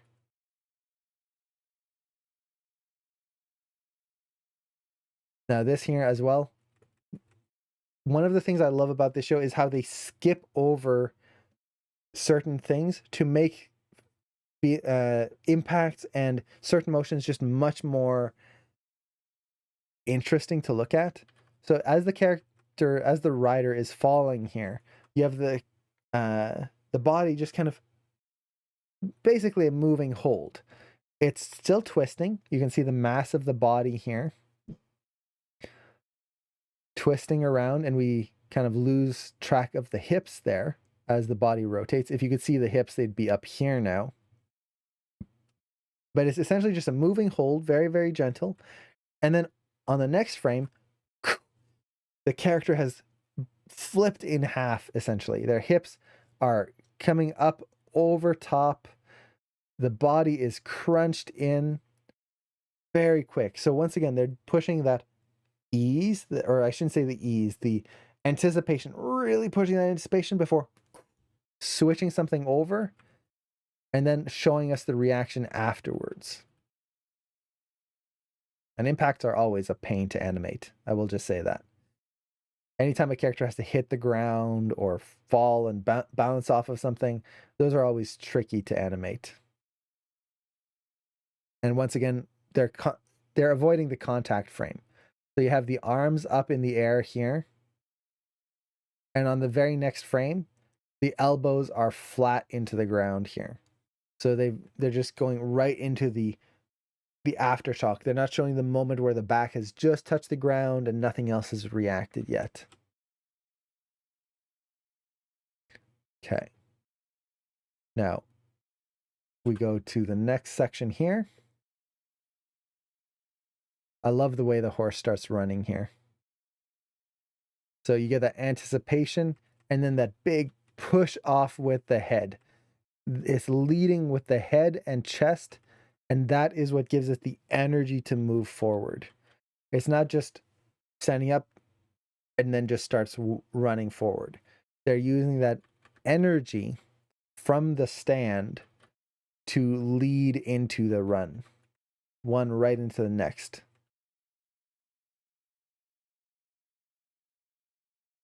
It's just so dynamic. Great camera angle here.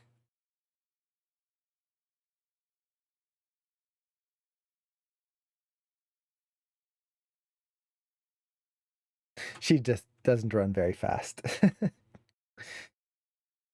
Once again, for this, Look at that. Skip the contact frame. They show the anticipation in one frame. Whew. Big hit. Look at how far the hooves are moving. Right across the screen. The way they make this read is the tail. See how the tail, we have the shape over here. As it kicks, the tail is still somewhat in the same silhouette right there. So that creates that drag and we get that visual connection between the two. If you didn't have the tail there, the mass of the hips here would suddenly pop over to the side and it would be much harder to track the motion through here. If you didn't have the tail, most likely you would add a smear frame where you stretch the hip out a little bit or stretch the legs so the legs contact first. Yeah, there's so much great animation work into the horse. And putting a horse as your main character in a show, that's a really... And I shouldn't put it more to this. Putting an anatomically realistic horse into your show as the main character is a very tough or like a very interesting choice because horses are hard to animate. They're very, very tricky. So to have that as your main character going through the show, I applaud them for doing that extra work and doing it so well. They really paid attention to horses and got the horse to move in a realistic way, or I should say a believable way. Great kick right in there. They're really paying attention to all of the mechanics of the horse's legs as the horse is running. I do love this where you have the horse look over right there just before anticipating for the kick. So it kind of gives you an indication of what's going to happen. And if you watch it at speed, you get the look, then the kick, one after the other. It's not just running and then random kick going in. This allows us as the audience to know that something's coming up here. Okay. So get that nice kick in there. Now this section here, this is very interesting because as the horse picks up the medallion here, we get a twist of the body. You can really see the scars there. Poor horse. I never realized just how beat up the horse was on here. There's just cuts everywhere. Scars everywhere. So it comes up. The body is twisting around this way as it's falling. It lands. Now, as it lands, the head stays even, which gives us a point of reference to look at. But the body is now twisting over, continuing that way, and then twists up and around and over. That is a very interesting twist. And technically, I think, if I'm looking at it right, the body is doing a full 360 twist. Or close to. Which, that would definitely hurt. But it reads well. When you watch it at speed, it doesn't look like something is wrong. And technically, I don't think anything is wrong because it's essentially not doing a full 360, but like going part way and then rotating kind of, what would be the right word? It's like if you were to rotate your wrist and you're not rotating your wrist a full 360, you're kind of bringing it up and then around. Is that same kind of thing where it's twisting and then going up. Either way, the horse's neck would be broken here. A horse's neck can't bend that much. But we accept it. We look at it and go, yep, that works. Because at speed, it feels good. Now, what kind of makes this feel good? Well, part of it is the hang time of the hips.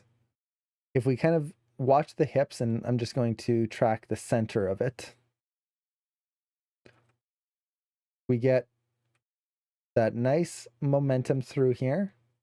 Then the hips start to come up. You get a little bit of hang time right here. And then you get that big release right through there. And then a little bit of hang time once again, which actually feels a little weird. It's freezing in midair before it pops off to the other side there. But if we look at this, look at what they're doing with the spacing. We get an ease out here, or sorry, an ease here, hits very hard. It bounces, eases, moves very quick, ease, move very quick, ease, move very quick. They've got a rhythm in there. Instead of just moving it in one smooth curve and just kind of doing this and maybe a little speed up and ease in, they're having to go in bursts of speed. So it goes fast, holds, fast, hold, fast, hold. And what that creates is this rhythm to the moment where, let's just play this last section here. And let's turn off the drawings just so we can see it. Instead of just feeling like a perfect fluid motion, you can kind of feel these beats in the moment. They're keeping the character moving, but it gives us this extra little this rhythm to the shot, which just makes things feel more interesting. Now, the way it doesn't feel completely just kind of strange and like, what would be the right word? It doesn't feel like the horse is just starting, stopping, starting, stopping, is that they keep other elements moving more cleanly forward. So, for example, if you look at the head as it goes through, big twist of the head here. Let's actually start right here and I'll just track the nose. So, track the nose here. It's going quick, eases a little bit here, but then we get that nice pause right here as the hips go across, and then the momentum of the hips being flung across pulls the head back.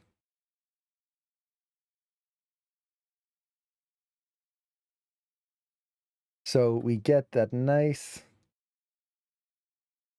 contrast here where the hips are moving quick while the nose stops, and then they get pulled together.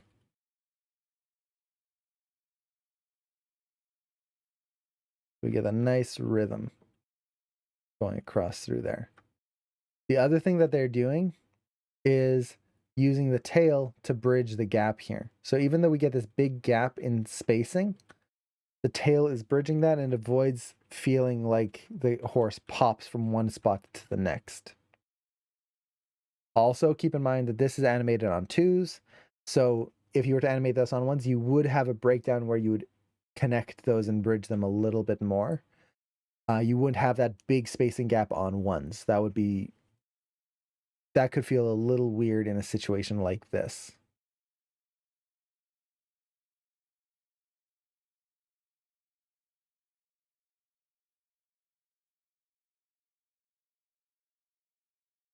I like how they even think of the reins. So the reins are getting dragged back here as the horse's head hits the ground. Instead of landing out this way, where they were going before, the momentum of the horse slows down and the reins fall back over the head. They disappear for one frame here. They're gone. But then they're already behind the head here. So that, oh, and looks like another frame where they disappeared right there. So they're already behind the head here. The reins don't just miraculously pop behind the head. There's a nice attention to detail there. Okay.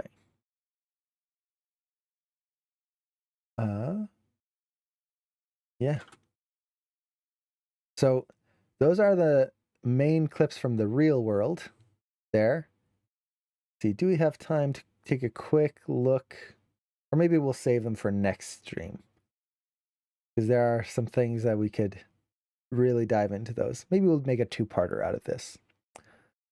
Okay, let's see. I'm sorry, I don't understand why the animator would use an ease in the middle of this action. I don't understand why you could explain another example. Okay, let's do another example here, because it is it's a situation that, let me put it this way. It's a situation that you want to add an extra rhythm to the shot, where you don't want it to just be a ease out, fast ease in, which is not a bad motion. That's what we normally do. You want to add some rhythm to it. So you'll see this when a character is, in this case, the horse is interacting with the ground. They're sliding in the ground and there's friction there. So a common situation that you'll see this in is, let's say a character is pulling a lever and it's rusted and it's got some tension to this. If it's a nice new lever, you'll just go ease out, chunk, there you go. But if it has rust or it's got some tension to it, you might go, and you have that like pause in the middle. And you could go, so you go 1, 2. So here the horse is hitting the ground, go, hold, and it's almost like there's a release. They hit a sandy patch of ground and then it goes across, holds a little bit more, and then you add that extra rhythm in there. It creates a feeling of connection in a sense. Same thing like if I'm dragging my hand on a surface, instead of just easing out and then easing in where it feels like it's perfectly smooth, if I'm pressing down, you'll notice that like I'm actually just pressing hard on my hand. You get that little fast motion there, then it holds, and then fast motion holds, fast motion hold. It creates that feeling of actually putting pressure into something. So if it was perfectly smooth, you wouldn't have that pressure. You wouldn't have that reaction of the horse impacting the ground. So let's actually watch that section again. So you can kind of feel it right there where it hits the ground, holds a little bit as it first hits the ground, gets that impact, and then you get the release right there as it suddenly picks up speed again. There's still that momentum fighting the friction of the ground. And then it holds. Now the head has stopped itself, but then the momentum of the hips continues through and bouncing ball essentially releases and drags the head back. And then you get a hold here. This hold here is a stylistic hold. It's basically that moment where a character is jumping a gap and you get that kind of slow motion before they hit the ground. That's what they're doing here, where to sell the moment of panic of, oh no, I'm gonna fall, they're slowing the horse down there. And this gives us a chance to kind of register what's going to happen before it goes off again. So it just kind of lets us read those moments and those reactions of the character, as well as shows the friction of the ground. Hopefully that makes sense. So there's many, many different times where we would want to add these kind of speed ups and slow downs. We don't want to overuse them, because if we do, animations will look just kind of random, and there's just going to be these I can't unsee the neck twist. Yeah, the neck twist is painful when you start seeing it. So you don't want to use the spacing too much, or else motions just don't look right, because it's not really how we move normally. But we can use them for specific moments, and it helps to add that extra resistance or moment to register something.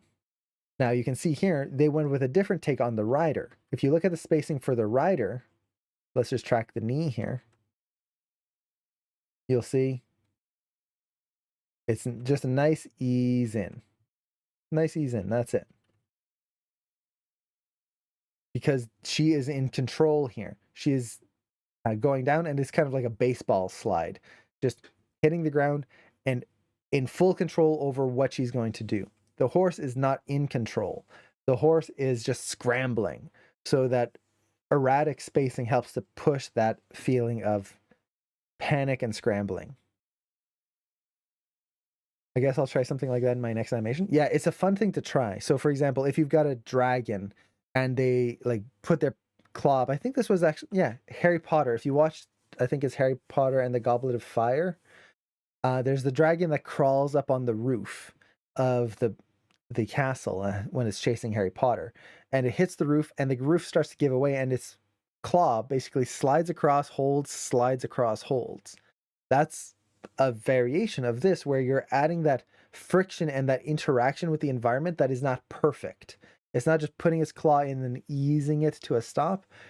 Things are collapsing under it. Um, so this same thing here, it's ground, it's got gravel, it's got dirt. There's going to be sections that will hold, other sections that will release, and you'll get that erratic spacing.